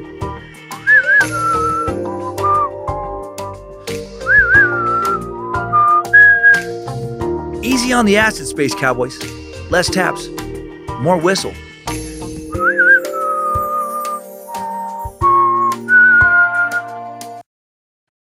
Just a little fun little nod to last week, Meat Sacks. Hope that whistle didn't fucking blow your ears out. Hail Nimrod. Let's wrap up this week now. The DC Snipers were 41-year-old John Allen Muhammad, 17-year-old Lee Boyd Malvo. This unlikely pair, responsible for 10 deaths, 3 injuries, and 3 weeks of terror in the DC area, with 7 killed, 7 others injured elsewhere in the weeks leading up to the final attacks. As authorities and attorneys began to unravel their relationship, they were shocked and disturbed by John Muhammad's influence over Lee, a boy he wasn't related to. John and Lee had just met 2 years before his arrests. In those 2 years, John established total control and domination over Lee. Lee was so desperate for love that he was willing to do anything for John. Lee had fully accepted John as his father. John and Lee went on a cross-country rampage of robberies and shootings, all with the goal of killing Papa John's ex, Mildred, getting away with it because her murder would then just seem one of many random killings. And then getting John's kids back, also maybe getting $10 million to open up some strange, weird fucking orphanage of 140 kids or something. John and Lee robbed and murdered business owners, employees for money to fund their journey to D.C. Ultimately, John did not succeed in his plan, just brought a lot of needless death and terror to residents of the D.C. area and to a lot of places along the way. So fuck Papa John. Glad the state killed him. And I'm also glad that Lee has not been executed. Of all the killers we have covered, Lee Boyd Malvo is the one I think I feel the most sorry for. I mean, dude killed a lot of people in cold blood.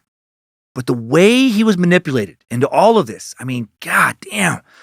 He wasn't out raping and torturing to fulfill dark sexual desires. He was, in just about the most fucked up way possible, of course, helping his father figure get his family back. Dude had been abandoned so many times as a kid, left with random relatives or with no relatives while mom left the country for work or just didn't have the space to take care of him with a dad nearby who didn't seem interested in him at all. He'd form attachments, then be ripped away from those over and over again. By the time he was 15, he had been to a dozen different schools in several countries, lived with so much poverty, desperately just wanted some stability. Wanted a dad to love him, seemed like a truly good kid growing up. Then he happened to run into a fucking psycho who fulfilled this fatherly, role for him. Met him when he was just 15 years old. Dude started hardcore brainwashing him shortly thereafter, before he turned 16. He became John's sole focus up in Bellingham when he was 16. So much more brainwashing, so much. And then he went on this killing spree. And now he's been in prison for over half his life for what he did. He's the first mass murderer we have looked into who I would understand releasing from prison at some point. He's apologized to so many victims, gotten them to testify for him, seems earnest. I know apologizing doesn't bring anybody back from the dead, but I also don't think he would have done what he did if he removed John Allen Muhammad from his past. I don't think he would do any of this again. Outside of pleasing John, I doubt he enjoyed doing what he did. He seemed to intentionally leave evidence to get caught. He just wanted to please his cult leader. However, I also don't have a problem if he does stay in prison for the rest of his life, because no matter what the circumstance, he did kill a bunch of innocent people. He did pull the trigger many times. He chose to. And, nothing he can do now can bring anyone back. But just, man, what a shitty hand he was dealt at birth. And what a terrible wild card he happened to be dealt when he met Papa John. So take care of your kids, meat sacks, right? Lee never becomes who he became if his actual father had stayed around. Maybe John wouldn't have became who he became if his dad would have stayed around. Lee wouldn't have become who he became if his fucking mom would have put his needs above her own. So take care of your kids. And let's get to today's top 5 takeaways. Timesuck. Top 5 takeaways. Number 1, John Allen Muhammad was a normal family man for most of his life, or at least kind of normal. After being abandoned by his own father at a young age, all he wanted was to have a family of his own. He had, kids who he loved deeply. He was an active and caring father, a little too controlling, but active and caring. But when he came home from deployment in the Middle East, he was a different man. He became emotionally abusive, extremely controlling of his children. His obsession with control spiraled into something dangerous when he lost custody of his children, and John started to form the beginning of his plan for the DC sniper attacks. Number 2, Lee Boyd Malvo was born in Kingston, Jamaica. Jamaica man. He was a kind and respectful little boy. Unfortunately, he had an extremely unstable home life. He was abandoned by his mom and father at critical periods in his life, abandoned over and over again, desperate for love and stability. When John Muhammad entered his life, he took on a fatherly role, offered Lee everything he wanted: love, family, a home. well, kind of, homeless shelter sometimes. Lee was willing to submit to John's rigorous training routines to have all that. And then incredibly, also willing to become John's own personal hitman. Number 3, John Muhammad Lee Malvo met purely by chance. Lee was in Antigua to live with his mom, Una James. John Muhammad kidnapped his kids after his wife got a restraining order against him and fled to Antigua. The two ran into one another at Zaza Electronics, a little electronics store on the island. They met again when Una purchased a fake visa from John. Lee quickly bonded with Papa John and John's children, and their strange and unhealthy relationship developed from there. Number 4, although we often think of the DC sniper attacks as 22 days of terror, John and Lee actually committed shootings across the country when they made their way to the DC area in search of Mildred, killing a total of 17 and injuring a total of 10. And number 5, new info. There might even be more darkness to John and Lee's sick relationship that we didn't already cover. In an exclusive TV interview with today's Matt Lauer back in October of 2012, a decade after the murders, almost 3 years after John Muhammad's execution, Lee Boyd Malvo, my God, I can't talk all of a sudden, claimed that he was sexually abused by John. For the entire period when I was 15 until I got arrested, I was sexually abused by John Muhammad, Malvo said. I felt a sense of shame, and I just said, that's something that I would never tell anyone. And to a certain extent, up until that point, I just really couldn't handle it. Malvo also told Lauer that there are victims of the shooting spree that have yet to be identified. Malvo additionally told Today producers that this would be his final interview about his crimes before speaking about the families of his victims. He said, I would share with them what I've used for myself. Please do not allow my actions and the actions of Muhammad to hold you hostage and continue to victimize you for the rest of your life. If you give those images and thoughts that power, it will continue to inflict that suffering over and over and over and over and over again. Do not give me or him that much power. Malvo detailed his claims of sexual abuse, including by a babysitter at the age of 5 and then later by relatives until he was 10, which he confided in Muhammad. He said, I just basically divulged everything. I saw him to be an excellent listener. So in doing so, without ambivalence, without holding anything back, I provided him with a blueprint. He knew exactly what motivated me, what I was looking for, what was lacking. Malvo didn't try and use any of this to excuse what he did, either, just to explain. He referred to himself also as a monster, saying when someone cannot go beyond themselves and begin to consider how their actions affect others and are solely motivated by their own self-interest, we call them psychopaths. Malvo denied that he was he was not speaking out in order to garner sympathy or to try to get a reduced prison sentence. He said, I seriously doubt this is going to change anything as far as my life goes. I've come to grasp that what I have to look forward to is life in prison. And obviously, this is before some recent court reversals. He said, I wouldn't wish this on anyone. It was intended to punish and it's effective. It is complete deprivation. I don't see outside. I have no contact with animals, plants, people. Bob Myers' brother Dean Myers, killed by the snipers at a gas station in Virginia, spoke to NBC Chief Justice correspondent Pete Williams and said, we recognize that he was tremendously under the control of John Muhammad, and he was. Probably a good word would be brainwashed. And since that time, he's gotten, as we understand, some mentoring, some help, and has had years to recognize what he did. Our understanding is that he, given the chance, would not have chosen to take the same course again, but he can't alter that. Timesuck Top 5 Takeaways. The DC sniper attacks, a cult of 2, has been sucked. Now for some thanks. Thanks to Bad Magic Productions team here. Thanks to Queen of Bad Magic, Lindsay Cummins. Thanks to Reverend Dr. Joe Paisley for production. Thanks to Bit Elixir for upkeep on the Timesuck app. Logan the Art Warlock Keith creating the merch at badmagicmerch.com. Running socials with Lizzie Enchantress Hernandez. Thanks to Olivia Lee for the initial research this week. Thanks to the All-Seeing Eyes moderating the Cult of the Curious 2 private Facebook page. Thanks to Becky, Jesse, and the Mod Squad, and Reverend Dr. Joe making sure Discord keeps running smooth. And a lot of fun over on Reddit. I like to check that out from time to time throughout the week. Next week, we cover the 1972 crash of Uruguayan Air Force Flight 571, a.k.a. Miracle Flight 571, a.k.a. the Andes flight disaster, a.k.a. the miracle of the Andes. Is a plane supposed to be flying so close to the mountains? That was the last thing a passenger of that flight said before the plane crashed in the mountains. The plane was carrying 45 passengers, most of which were members of the Uruguayan rugby team, along with a few friends and family, one woman who bought a seat to attend her daughter's wedding. What was supposed to be a 2-hour flight to Chile for a rugby match turned into an ordeal that would test the surviving passengers' physical and mental strength and their will to survive. For those who didn't die in the initial crash, they'd suffer for 72 days in the Valley of Tears. Only 16 of the 45 would come out alive. The passengers of Flight 571 faced brutally cold temperatures, injuries, sickness, sun blindness, thirst, and starvation so severe they began to eat the bodies of their friends and family who lay in the snow next to them. Tragedy after tragedy struck the survivors until the small group set off on foot on day 60, determined to hike out of the Andes or die trying. What the surviving 16 went through is something very, very few people will ever experience in their lifetimes, thank Nimrod, and we'll explore the full story next week. Right now, let's head on over to a very fun week of Timesucker updates. Updates? Get your Timesucker updates. Starting off with a bang from Whipple addict Corey Morgan, who writes, "Hey Dan and crew, my buddy and I have been joking around making our own Whipple ads, such as Whipple Basic White Girl Edition and Whipple Soccer Mom Edition.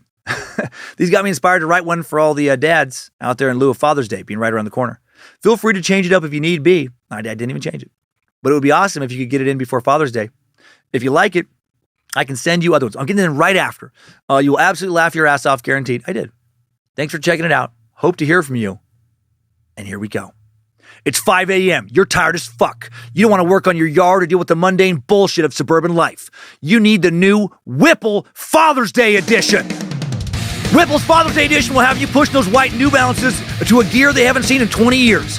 You'll have so much energy you won't need to use the self-propel in your lawnmower. That's pussy shit. You'll be pushing your riding lawnmower. Whipple Father's Day Edition will get you the giant sack of man nuts you need to walk over and punch Dave right in the fucking face next time he says your lines aren't straight. Then take that soccer mom wife of yours, show her a side of you she hasn't seen since you started dating. And you'll still have time to play catch with those little crotch goblins you call your kids. You'll be barbecuing some baby back ribs while making other dads look like baby back bitches. Whipple's Father's Day Edition will turn you into the jean short wearing monster you've always dreamt of being. Fuck you, fuck your family, drink Whipple! Father's Day Edition, now in Craftsman Lawnmower Cherry and DeWalt Lemonade flavors. Bravo, Corey. Bravo. Fucking love it. You keep sending those in, you Whipple-loving son of a bitch. I didn't change anything. That was all Corey Morgan. Next up, fellow tripping sack. Sarah Wheeler has a quick hitter for us. Made me laugh. Sarah writes, "Hello, I'm a relatively new listener. Started binging episodes during early 2020, during COVID, but I really love this show. Thank you. I have a bizarre sense of humor and Timesuck really fits that niche. Anyway, I had a few random thoughts about two recent episodes. 1. Bhagwan sounds exactly like Kaa from the original Disney Jungle Book. The scene where he's hypnotizing Mowgli could quite literally be Bhagwan speaking. I didn't think of that, but totally agree. 2, I really enjoyed your description of the acid trip. I did it for the first time about 3 weeks ago, and when I came home from the concert I was at, I had to walk up the 5 flights of stairs to my apartment. I was actually trapped in an M.C. Escher painting for who knows how long. I'm just so glad my neighbors weren't awake to witness me stuck in a stairwell for whatever amount of time it was. Love the show. Thanks for the weekly knowledge and laughs, Sarah." Sarah, yes. Yes, again, Bhagwan does sound like Kaa. Nailed that. Also, I died when I first read your M.C. Escher painting visual there. Yeah, that makes so much sense. It truly feels sometimes like you're going to be trapped forever in certain moments. Like sometimes I can get that same distance distortion from a lot of shrooms as well. It's so surreal. And I know exactly what you're talking about. It just feels like the fucking stairs, like you're just going to be lost in an infinite stair loop. You probably actually walked up those stairs relatively normally. You just felt like you were trapped there for an endless amount of time due to the way that LSD distorts your brain's ability to process time correctly. It's such a weird drug. Now a sweet message from a sweet sack, Joey Crab, who writes, "Dear Master Sucker, Bojangles Chew Toy, lover of Lucifina, ward of Triple M. I've been catching up on past episodes in a very convoluted way. I go back about 10 episodes, listen to them, and repeat. I just got to the Penhurst State Hospital suck, and that one hits close to home. My son is autistic and on the severe end of the spectrum. Not a lot of people have experience with the severity my son deals with. Eli's nonverbal has a lot of behavioral issues. Bangs his head on anything he can when he's upset. It can be a wall, floor, knee, one of us if he's able. We recently had to make the hardest decision in our lives to send him to a facility to get him the help he needs. In the Penhurst Suck, you spoke about how we have made a lot of strides for people that are intellectually disabled, but things are still pretty rough. The place my son is currently in is a 6-week program that is geared to specifically for teens with autism that are in crisis. The place he was. Yeah, he was there for 8 weeks, and when he came home last Monday, his behaviors were worse than before he left. We were heartbroken, to say the least. His first night home, I had to put him in a hold to protect him from himself multiple times. In 6 days, he put 3 holes in the wall and a dent in my wife's car with his forehead. God dang. He attacked my wife, knocked her down to the ground twice before she was able to get him inside the gates so that she could help get to her phone and call for help. My son's 11, over 5 feet tall. He's a big boy, only getting bigger. We had to break down, send him back to the program to protect him and my wife. Also accept the possibility that residential care may be the best option for my son. One thing you said that I appreciated greatly was your comment about when the workers at Penner's had to put people in restraints. You said, yeah, well, what else would you do? Or what would you do? Yeah. As someone who has to regularly make this decision to put my son in a restraining hold, sometimes in public, it isn't something I do lightly. I love my son more than anything in the world. Sometimes we have to protect those we love even from themselves. Yeah, you're absolutely right. Fortunately, most people in my life have been amazingly supportive. The program my son is full of a bunch of wonderful people to take amazing care of my son. When other programs have washed their hands of him because his behavior made it too difficult to deal with, they accepted him back with huge smiles on their faces because they missed him while he was gone. My wife and I wrote a book about our journey a couple years ago called A Puzzle Half Finished. We're Christians, so it's written from a Christian perspective. But we tried not to be too preachy. We just wanted to use it to help people. We're huge fans of Timesuck, all your stand-up, so, we can't be too bad, right? Nah, you're fine. Come on. I would love to send you a copy. It would be, if you're interested in reading it. My wife is a wonderful meat sack that actually got me listening to the suck. I wouldn't be able to do this life without her. We've shared high highs and low lows, and yet after 13 years of marriage with a child with special needs, we're as strong as ever. Love it! Hail Lucifina. I'm really sorry for the long message. I didn't mean to even ramble on this long. Long live the suck, Joey Crab. P.S. During the New World Order Sucks Idiot to the Internet segment, you got hung up on the name Yeshua. And to clear it up, Yeshua is the Hebrew name of Jesus, like Jose versus Joseph. All right. Well, thank you, Joey Crab. If you'd like to send in a copy of A Puzzle Half Finished, we'd love to have it in our growing library. I hope other people who would like to learn more about autism, go out there and buy it. You sound like a truly amazing, loving, parent. Both of you loving parents. I can't imagine how hard this process has been on you both. Sounds like you're doing everything you can, as best you can. And that's, the best anyone can do. So thanks for being fucking great people in a world that always can use more great people. And Yeshua, I am embarrassed I got hung up on that. I thought I knew that. Apparently, that week I didn't. Hug your wife for me. And I hope you too sell a ton of books and, help a lot of other people. And last update now from a very funny, very tough meat sack, Izzy, a favorite of Lucifina. And Izzy writes, hello, Master Sucker, King of the Freaky and Duke of the Disgusting. I'm emailing to comment on some similarities in a lot of your true crime episodes. Quick warning, in case you read this on the podcast, this email contains self-harm details. Now on to the creepy similarity. Blood. A fetish for blood and cutting is far more common than you may think. It's not my thing, and like you, even though I try not to kink shame, it is concerning to be sexually attracted to, a concerning thing. When I was 19 through 21, I struggled with two things, cutting myself and random sex. My bipolar disorder has given me a bad habit of hypersexuality and risky sex, which means the men I used to end up with were not, let's say, top tier. I love the way you wrote that. Multiple men were turned on by my self-harm scars on my thighs, and it freaked me out. They would kiss, touch, and caress my scars. One guy even asked me to make a new cut for him. Freaky. Hearing how the monsters and murderers in your sucks often have the same fetish disturbs me, makes me wonder if any of those men I was with were psychopaths. I genuinely feel like I dodge multiple bullets. I may as well be Keanu in The Matrix. Thank you for doing what you do. Your transgender episode gave me the courage to tell my mom I'm bisexual. Listening to the podcast has lifted me up during dark times. Proud to say that I'm now 3 months clean regarding self-harm. Never stop making people laugh and think. You bring so many people together. We're grateful for you and the whole Bad Magic crew. I'll miss Is You Dumb. Can't wait till Can You Don't. Hail the sexy beast Lucifina. Praise be to Fluff Butt Bojangles and to hell with the devil. Yeah. Adios, cocksuckers, peepers, space lizard, dummy. Yours gratefully, Izzy. Well, thank you, Izzy. 3 months clean. Good on you. And way to be so introspective and deal with your shit. So many people don't. And so glad you told your mom. I hope a weight felt like it was lifted. And obviously hope that she accepted, exactly who you are. And yeah, I really don't want to kink shame, but I just want people to love, respect, and take care of themselves so that they lead, happier, more fulfilling lives. When I kink shame in those little moments, it is coming from a place of good. The intentions are there. I have no idea if a true link exists between a blood fetish and some serial killers, but, like you pointed out, anecdotally, sure seems to be a connection, right? That version of paraphilia makes a lot of sense because it does come up a lot. And thanks for sharing your story. I mean, who knows who you just might have inspired to tell someone in their life who they really are or to reduce the risk they put themselves in. So thank you, and thank everyone who writes in each and every week. Next time, suckers. I needed that. We all did. Another Bad Magic Productions podcast in the bag. Building towards episode 500 now. Please Don't, brainwash a teenager desperate for parental affection into an assassin and then have them start killing strangers to help you get away with killing your ex-wife this week. Just leave that kid alone. Get some therapy. Keep on sucking.